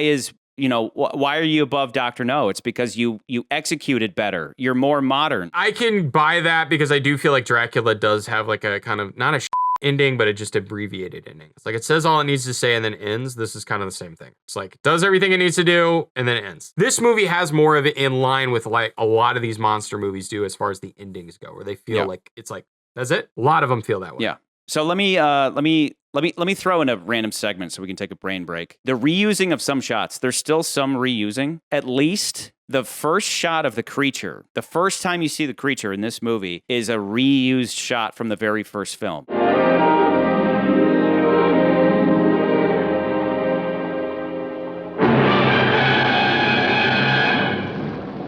With the for some reason reusing it here. It's like I swear that they're doing this underwater stuff and they're like, we didn't get this or that shot, so let's just reuse something from the past. I'm not sure about anything else because a lot of it is just him swimming. I will say this, the other thing about this movie, it does feel cheaper than the other two movies. This movie does feel cheaper in many ways, and I think it's a lot of it's just like the expensive things are going to be the underwater photography, a costume. So between those two, it's like, well, how are we going to get around those two things? We don't have as much money to play with. But we have a bigger boat. We're not going to... The boat is bigger. The boat is going to be bigger, so we're going to build these sets that are just going to keep us on stage instead of have to be on location for most of the shoot, which is going to be more of a logistics nightmare to be on stage. Because if we're on location, okay, we got to pay extras. Now we got to keep lock down that location, which is going to be this marine place, which means, oh, it's closed today, kids. Sorry. That's a whole hassle you have to deal with. So what do? Okay, well, let's just put it on a boat. Well, we can't just put it on a small boat. Okay, fine. We'll put it on a big boat so we just build sets that are more just essentially rooms and build them really close together, make it kind of like a interior boat set. That's going to be cheaper. Great. We'll do that. Where else are we going to shoot? Oh, on a house. Sets that we can probably get for nothing, or if we do build them, they're not going to be that expensive to build or whatever. What about the creature costume? Well, we still have the one from the last couple movies. Great, but it's supposed to be on land. Okay, we'll make a new costume, but instead of making a full body costume, we'll just do his head and his hands. And then we'll just do maybe padding. And then he wears, for some reason, the Frankenstein treatment. He's the Frankenstein's monster by the end. Yeah, the one thing I think that is a little, you're like, well, why has he got to wear clothes? Go down the locker and get some sailcloth. Let's see if you're up on your needlework. Needlework. Clothing for the creature. Like, it's just like the one cop-out thing where, like, It's the real reason's biblical, probably because it McCurdy. was cheaper. It's cheaper biblical. to do it that way. The moment he It's becomes cheaper. more human, just like Adam and Eve, he wears leaves over his It's probably private just parts. cheaper to do it that way. So It is. it's like, That's the reality. out of all those Yeah. things, it's like, it's probably cheaper to just put him in a shirt and pants and then call it a day. So this movie looks like it's cheaper. It probably is cheaper, but for where it's probably cheap, it's like, okay, we but, wrote more into you know, like all these movies are cheap. The unfortunate thing is that wouldn't it be great if all these had a ton of money? The last movie was 1.1 mil. This was just under a mil, you know? Yeah. So there's that. This is the kind of creativity I just wish we would have gotten from other franchises past their first or second movie, where they're, you know, the opposite of this movie is any of the Mummy sequels where it's like, what do we do? The same thing again. This one is making an effort to bring something new to it. I mean, even just the fact that it's bringing together the man versus nature element with duality of man. Again, we said that with the last two movies. We're like, wouldn't that be great if they would have kind of done that? And they didn't. How man's animality can overcome his rationality. We get that here. That's the whole message here. So just to reiterate, just to be on point, why is Son of Frankenstein above Dracula? It's an execution argument. It's also an execution element, but we remember, like, Son of Frankenstein, why it put itself where it did was also the story, because we were like, okay, we're talking about the sins of the father. Can I do better than my father? But I'm also getting blamed for being like my father, even though I haven't done anything like my father yet. So I'm getting basically blamed for the sins of the father. But then obnoxiously dropping the ball on that theme. Oh, because we don't have the kid coming back to life, which would have been great. But I think that movie is a number one contender. The son of this new Frankenstein dying and then him bringing him back to life. That is a number one list topper contender. I'm talking about how his goal is to fix his father's legacy, and you get more of that in Ghost of Frankenstein. In Ghost of Frankenstein, that Dr. Frankenstein does more to try to fix his family's legacy. I have restored the good name of Frankenstein. In Son of Frankenstein, he's like, I brought the monster back to full charge. That's it. I'm not going to try to teach him anything or rehabilitate him or whatever. I'm just going to ignore him until he starts killing people. So that's where Son of Frankenstein is only above Dracula because it's a better executed film. It's bigger than Dracula. If Dracula is so much more meaningful, it should be above Son of Frankenstein. But Son of Frankenstein's where it's at because it's an execution thing. So that's where, if this is above or below Son of Frankenstein, I lean towards above for both execution, even though it might feel cheaper in spots. It's better executed and more complete than Son of Frankenstein. And that's where I just end up being at number 7, above Son of Frankenstein. Because I love the atmosphere. I fucking love the atmosphere of Son of Frankenstein, but him not doing anything to execute on his themes fucking pisses me off. But then he kills the monster, which is great. But that's the trouble. But for me, I think it's what keeps this movie from being like in between those two, where I would go, oh yeah, it's more below Son of Frankenstein. Again, this is different flavor of something that we're gonna get later down the road. Where again, it's the atmosphere argument. But I do feel like when you talk about Son of Frankenstein, I'm like, yes. And on top of that, I think I enjoy the characters a lot more in Son of Frankenstein overall. It's not me just too. Yeah. It's not just the story and meaning.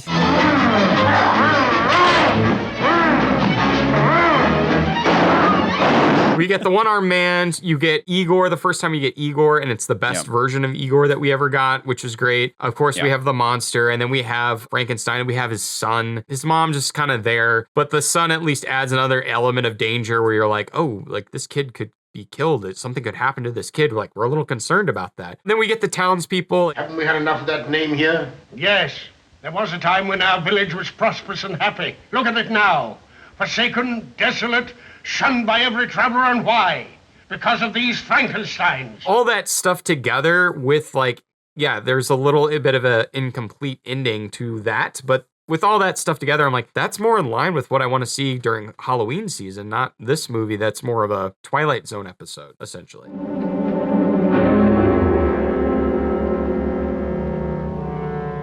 It's a basic mutation. It's a really good episode of Twilight Zone, though, dude. It is. For the record, prejudices can kill, and suspicion can destroy.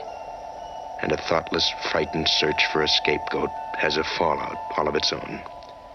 And the pity of it is, that these things cannot be confined to the Twilight Zone. But that's also why it's higher up and why we were like, okay, we can put it above Dracula. Like, fine. Like, you did it. Congratulations. Yeah. I wish there was more of this. Where are you at then? Where are you at? I'm above Dracula, below Son of Frankenstein. I think that's like probably a very fair assessment of where it should be. I think if it's going to be above Dracula, below Son of Frankenstein, the perfection of that placement comes in the form of superior execution, inferior atmosphere. Putting it simply, that's where we're at. And again, I'm shocked to say that. I did not expect that. I thought this movie was going to be a shameless cash grab piece of Yeah, because we thought it was going to be, because I think most people write this off, because by the time you watched all these movies, you're like, okay, fine. Yeah. And then you put this in and if you're actually paying attention, you're like, oh wait, this actually has some substance to it. There's something. It's just, the problem is that this having something to say doesn't have like the Rizz. It's just like a lot of tiz. A lot of tiz. And it kind of, it's almost perfect putting it, the first movie in the list is Dracula. And then putting this next to it, it's like a little poetic. It's a little poetic because all these movies, for the most part, provided we put it below Son of Frankenstein, above Dracula, our top 10 then is meaning galore, tiz galore with some Rizz. Yeah. And then the Rizz kicks in with Abbott and Costello meet Frankenstein at number 10. So, I think that's pert. I think that's proper. I think that to give us Creature from the Black Lagoon, which again you cannot beat the adventureliness, including the fact that we're gonna go the best title. Like I said, before in that episode, the best title in this list is Creature from the Black Lagoon. What a great title. A part of that is that adventurism, that adventure spirit. And then this one, this follow-up, you think is going to be this stupid cash grab, him running around a big city flipping cars, and it ends up being very much in line with that top 10, which are these movies that reflect Christian principles about defeating our basic instincts, conquering our animality. This movie somehow pulls it off really well. It doesn't deliver what you expect, but it ends up delivering something else, which is, what if that team of scientists, the same one we had in the previous two iterations, what if we took that to its limit, where they start killing each other? They do start trying to bang each other's wives, and they start killing each other. So I appreciate it. It's a good movie. I have no idea where it's rated in pop culture, but like if it's underrated, I think most people should take it. I think it's a lot of people put it below than where we would put it. People should give it a second look and watch it more than once. But I think again, like you and I, when we look at these movies, we try to look more of the look under the hood, so to speak. Where I think most people sometimes just look on the outside of it. And then when we kind of examine it, because some of the movies, the inside and the outside are perfection. And then you have movies like Bride of Frankenstein, where most lists you see, Bride of Frankenstein's either listed 1, 2, or 3. So I don't think we're far off there. I think people notice those things and they're like, yeah, this is exactly the movie you want out of this series. Yeah. But then you get movies like this that are like, a lot of the inside of the hood's really well done, but then the exterior is like, he's not in the water, and he's a Frankenstein monster now. It's so unexpected in a good way, though, for me. Again, it's the Quantum of Solace thing, where it's like, how do we follow up, one of the most important movies in science fiction, Creature from the Black Lagoon? How do we follow that up? How about this weird thing about these scientists trying to help him mutate into a human? He's becoming more human, but then he's observing the animality of the humans around him, and he rejects it. That's a fantastic approach. So, you good to lock it in? Yeah, let's lock it in. Let's lock that in. The motherfucking creature walks among us, talking about human beings and not a fish man. You know what I'm saying? Number 8, below Son of Frankenstein, above Dracula. Locking us in, McCurdy, to 31 films on this Halloween night. The sacred list stands thus. Starting from the bottom, The Mummy's Tomb, The Mummy's Curse, The Ghost of Frankenstein, Son of Dracula, The Mummy's Ghost, The Mummy, Werewolf of London, The Invisible Man's Revenge, House of Dracula, The Mummy's Hand, She-Wolf of London, The Invisible Man Returns, Abbott and Costello Meet the Invisible Man, The Invisible Woman, Abbott and Costello Meet the Mummy, Frankenstein Meets the Wolfman, Invisible Agent, Revenge of the Creature, Dracula's Daughter, House of Frankenstein, Spanish Dracula, Abbott and Costello Meet Frankenstein, Dracula, The Creature Walks Among Us, Son of Frankenstein, Phantom of the Opera, Creature from the Black Lagoon, The Wolfman, Frankenstein, The Invisible Man, The Bride of Frankenstein. Perfection. Perfection, McCurdy. We've done it again, sir. Yeah, we can see that we like Frankenstein, which is no surprise because all the Frankenstein movies are pretty good, right? Yeah. We can also see the mummy is really sunk down to the bottom, like is buried in sand, basically. Yes. Consistently. Like drying it's out. two mummy films, a mummy film, and then a mummy film. That only one mummy film like made it out. And then Invisible Man seems to be very much in the middle, like it very much is in the middle of our list. Dracula is very spread out. Like you've got 2 Draculas in the bottom of the list, 2 Draculas in more towards the top of the list, but not the very top of the list. Even though I guess House of Frankenstein is a Dracula movie as well, but it's not a full-blown Dracula movie. So we have a cluster of Dracula movies, essentially, in the middle. Actually, 9, 10, 11, 12, and 13 all have Dracula in them. So that's kind of fun. Yeah, it's not like Bond where there was this total balance throughout all of it. It's like Frankenstein won the day, and Creature, it might be a close second. Just let's see, like we got 1's a Frankenstein movie, 3's a Frankenstein movie, 7's a Frankenstein movie, and then 10 and 12 are also Frankenstein movies, even though they also are Dracula movies. Yeah. 16's a Frankenstein movie. It's fantastic that Frankenstein meets the Wolfman, which has always been a key threshold to this list. Everything below that is where it starts to get trashy, but everything above that is quality. It's like Frankenstein meets the Wolfman being at the dead center. There's 15 movies above it and 15 movies below it. That is a perfection indicator. I think with the list, it'll give us enough power to bring our friends to life. I think it will. Yeah? I really do. I think so. Okay. I'm not looking at the jungle. I'm looking at the stars. We can resurrect one of our friends if we wanted to. Then we wouldn't have to have like these longer episodes. We'd actually have somebody, a reason that we can go to and be like, it's somewhere in the middle. I think, or because we've watched all these movies, I'm a little more inspired. I think we could you know what I'm saying? I think I know what you're saying. We could put the best of them together. Oh, you're talking about our old friends who are still buried beneath our feet. They're still buried, but we could unbury them. We could do that, and then we'd have another third. That sounds like a movie we've covered, where they dug up a bunch of disparate bodies and they made a third. And they something steined them together. What do you call that when you take a bunch of disparate things and combine them into one thing? What do you call that? A Frankenstein. Frankenstein. Yes, when you Frankenstein something. Frankenstein it. Yeah, Frankenstein. Yeah. Okay. So I think we could bring back Scott and Junie, and who was the other guy? Jeff? Was it his name? Jeff, I think. He was maybe Patterson. Oh yeah, Patterson. Maybe Patterson, Jeff, Junie, Scooty. Yeah, we could bring them back, Frankenstein together, and then we can get out of the graveyard. Yeah, and then we can finish the rest of our other list that we started. That we just had the Tizzing. Oh to do this list. Yeah, that's right. Yeah. Sorry, I think the effects of the holodeck have really kind of screwed with us. Like I completely forgot what we were actually doing. Well, we've been living here for a month. I got really excited about Halloween season. I think we both did. It's kind of sad to see this list go. I'm telling you, this is a great idea. Well, there's a laboratory right there. We should. Do you want to toast first and then laboratory? Okay, who are we toasting to? Honestly, nobody in this movie blows my mind. I mean, they're decent, but I do feel like we need a toast to the guy who was in Thunderball. Because he's in all 3 of these creature movies, right? Right. Perfect. Ricou Browning. What's his name? Ricou Browning. Ricou Browning. Okay. Or Ricou Browning. If I mispronounce it, as I always do, it's either Ricou or Ricou, but it's Ricou. Ricou Browning. Cool. All right. He was the underwater fish man. Yeah, he was gill-man. The underwater gill-man. Underwater gill-man for all 3 of these movies. So I'm sure that's not an easy task. It's hard to be the guy in the suit. It's a tough job. So to the man who would hold his breath for like 4 minutes and then swim around in a bunch of foam rubber. Yeah, that guy. Hold it close to your face so it's in focus. Buy his face on a fucking mug. You can fill it with Tana fluid. You can fill it with blood, human body parts, and Duocaine. Monocaine.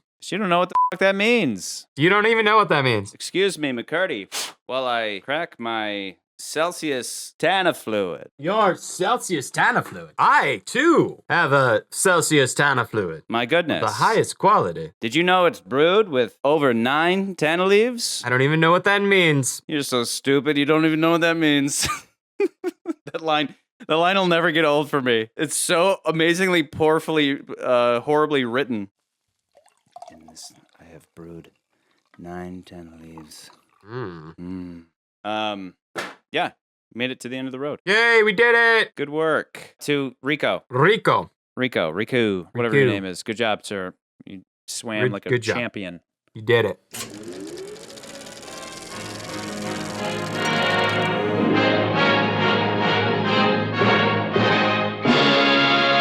Let's do this. Cool, I'll dig up these bodies real quick and I'll meet you at the lab. All right, cool. Okay. See you in a bit. Okay. All right, bye.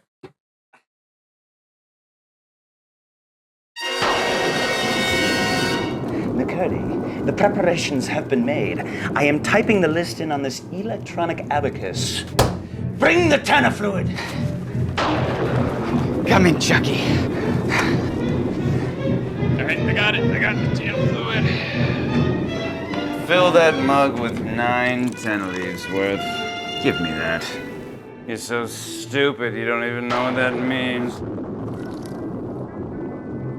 Invisible man.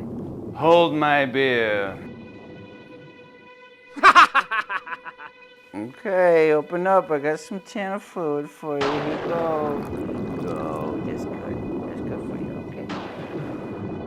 Finally, with this complete list, imagine a list so perfect that it could change the world, bringing together the heart of Junie, the moderation of Patterson, the Rizzles and Tizzums of Jeff, and Scott's head.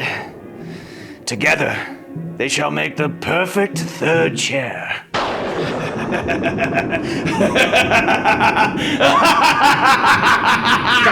get it. Can we quit the ranting? The cigar-chomping producer's right over there watching the budget as we're rolling. Come on already. I don't have all day. Get to the good part. No, not you, honey. You're doing just fine.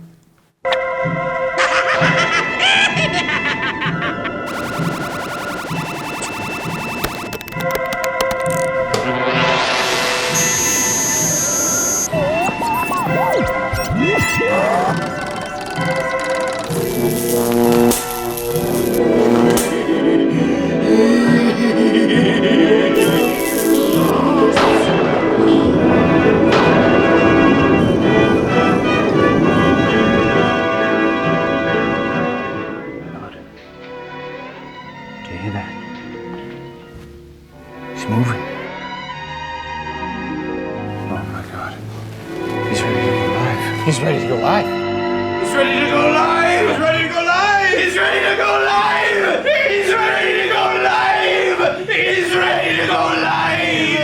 He's ready to go live! FrankenScoot, the third chair with a dolphin's brain. And print it. Perfect. God, I love a happy ending. Hey, come on. I'm talking to you. Give me a happy ending. Ooh, yeah, that's good.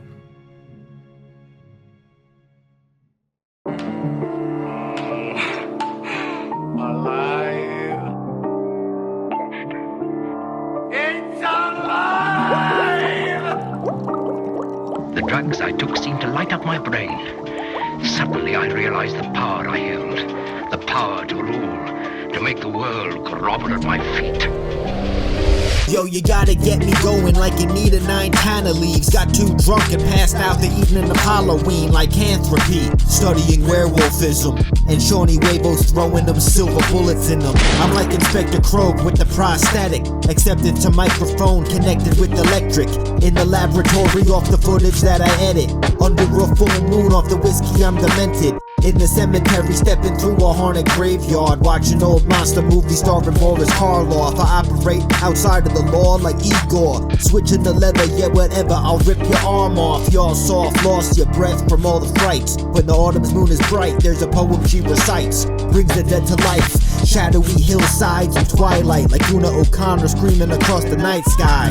Is it illegal killing vampires, your honor? Bit of a gray area, causing mass hysteria. Specific rituals performed at the burial, like the mummy sarcophagus. Watching too much horror flicks created a monster that's now turned autonomous. A bit ominous, better warn the populace. Scare you so bad you need the psychiatrist. I got psychological problems of lunacy. These monsters all exist in a continuity. Werewolf of London, drunk up at your local brewery. Ranked every film under mad scrutiny. Mutants and Little Humans by Dr. Pretorius. Out the east, B.I.G. notorious at Sean again. Blessed by my favorite podcast. All October long had me doing the monster mash. And I was splashed up with the acid. Now I'm haunting the opera like a phantom. Who was coming up with the plan? Invisible man discovered a formula renders the body transparent. Thanks for tuning into the show while your brain's transplanted. Strange, deranged, and he's got a hunchback. Turn to a werewolf, bitch, we the wolf pack. Mac you like Dracula, turn to a battered tarantula. Slapping you, making out with a babe that resembles Julia Adams, bruh. Out the Black Lagoon, I just gotta do what I gotta do. Thanks for tuning into the latest series on YouTube. You're crazy! Crazy am I? Believe in the superstitions, high off this weed I'm ripping, gone off this drink I'm sipping. Call me a monster, pushing me to make monster decisions. The list was ranked with precision, that was our only mission. Universal monster, believe in the superstitions, high off this weed I'm ripping, gone off this drink I'm sipping. Call me a monster, pushing me to make monster decisions. The list was ranked with precision, that was our only mission. Universal monster. Frankenstein? What are you doing, Frankenstein? You gonna play in the puddle? Well, go ahead, puddle it up. From now on, you do whatever you want to do, and I'll show you some cool shit along the way. Universal Studios out of the 1930s, when they started creating the first talkies. People in awe as they watched in the audience. Let's take it back to the future and fast forward a bit. Rushed production, the set design's flimsy. Fortune telling and running with the gypsies. Marched for death with the pentagram hand. Sean was like Lon Chaney as the Wolfman. And shout out Bela Lugosi, Charlie, McCurdy, Scott, and all the homies. A lot of serious debate for the list to be ranked. The critics are lame, the truth they won't say. I'm off a 2010 of leaves and I'm feeling like on crank. Like and subscribe, it helps grow the page. High-speed internet reaches the remote castle. Behind the scenes, we've been working hard to build the channel. Been arguing our points like talking heads on the panel. Satanic practice and witchcraft in a circle lighting candles. Looking at it from all angles. It's the movie analysis, had you glued to your screen like demons and sleep paralysis. Believe in the superstitions, high off this weed I'm ripping, gone off this drink I'm sipping. Call me a monster, pushing me to make monster decisions. The list was ranked with precision, that was our only mission. Universal monster, believe in the superstitions, high off this weed I'm ripping, gone off this drink I'm sipping. Call me a monster, pushing me to make monster decisions. The list was ranked with precision, that was our only mission. Universal monster.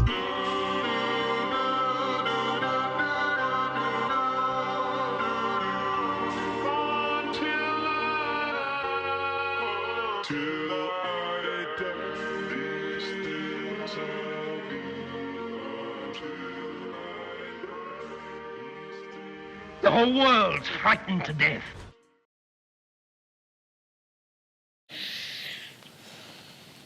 All right, that's it. We did it. Yeah, I'm always sad to see Halloween come to an end. But we got a third chair? Yeah, third chair. It's November, so, you know, Bond month or whatever. Dude, Thanksgiving Bondathon. There you go. Yeah, man. Cool. All right, anyway, computer, end program. Cool. So nice. I love that. Anyway, hey, I'm gonna go to the replicator, get myself a cheeseburger. You want anything? No, I gotta take a piss. All right. Been holding it in forever.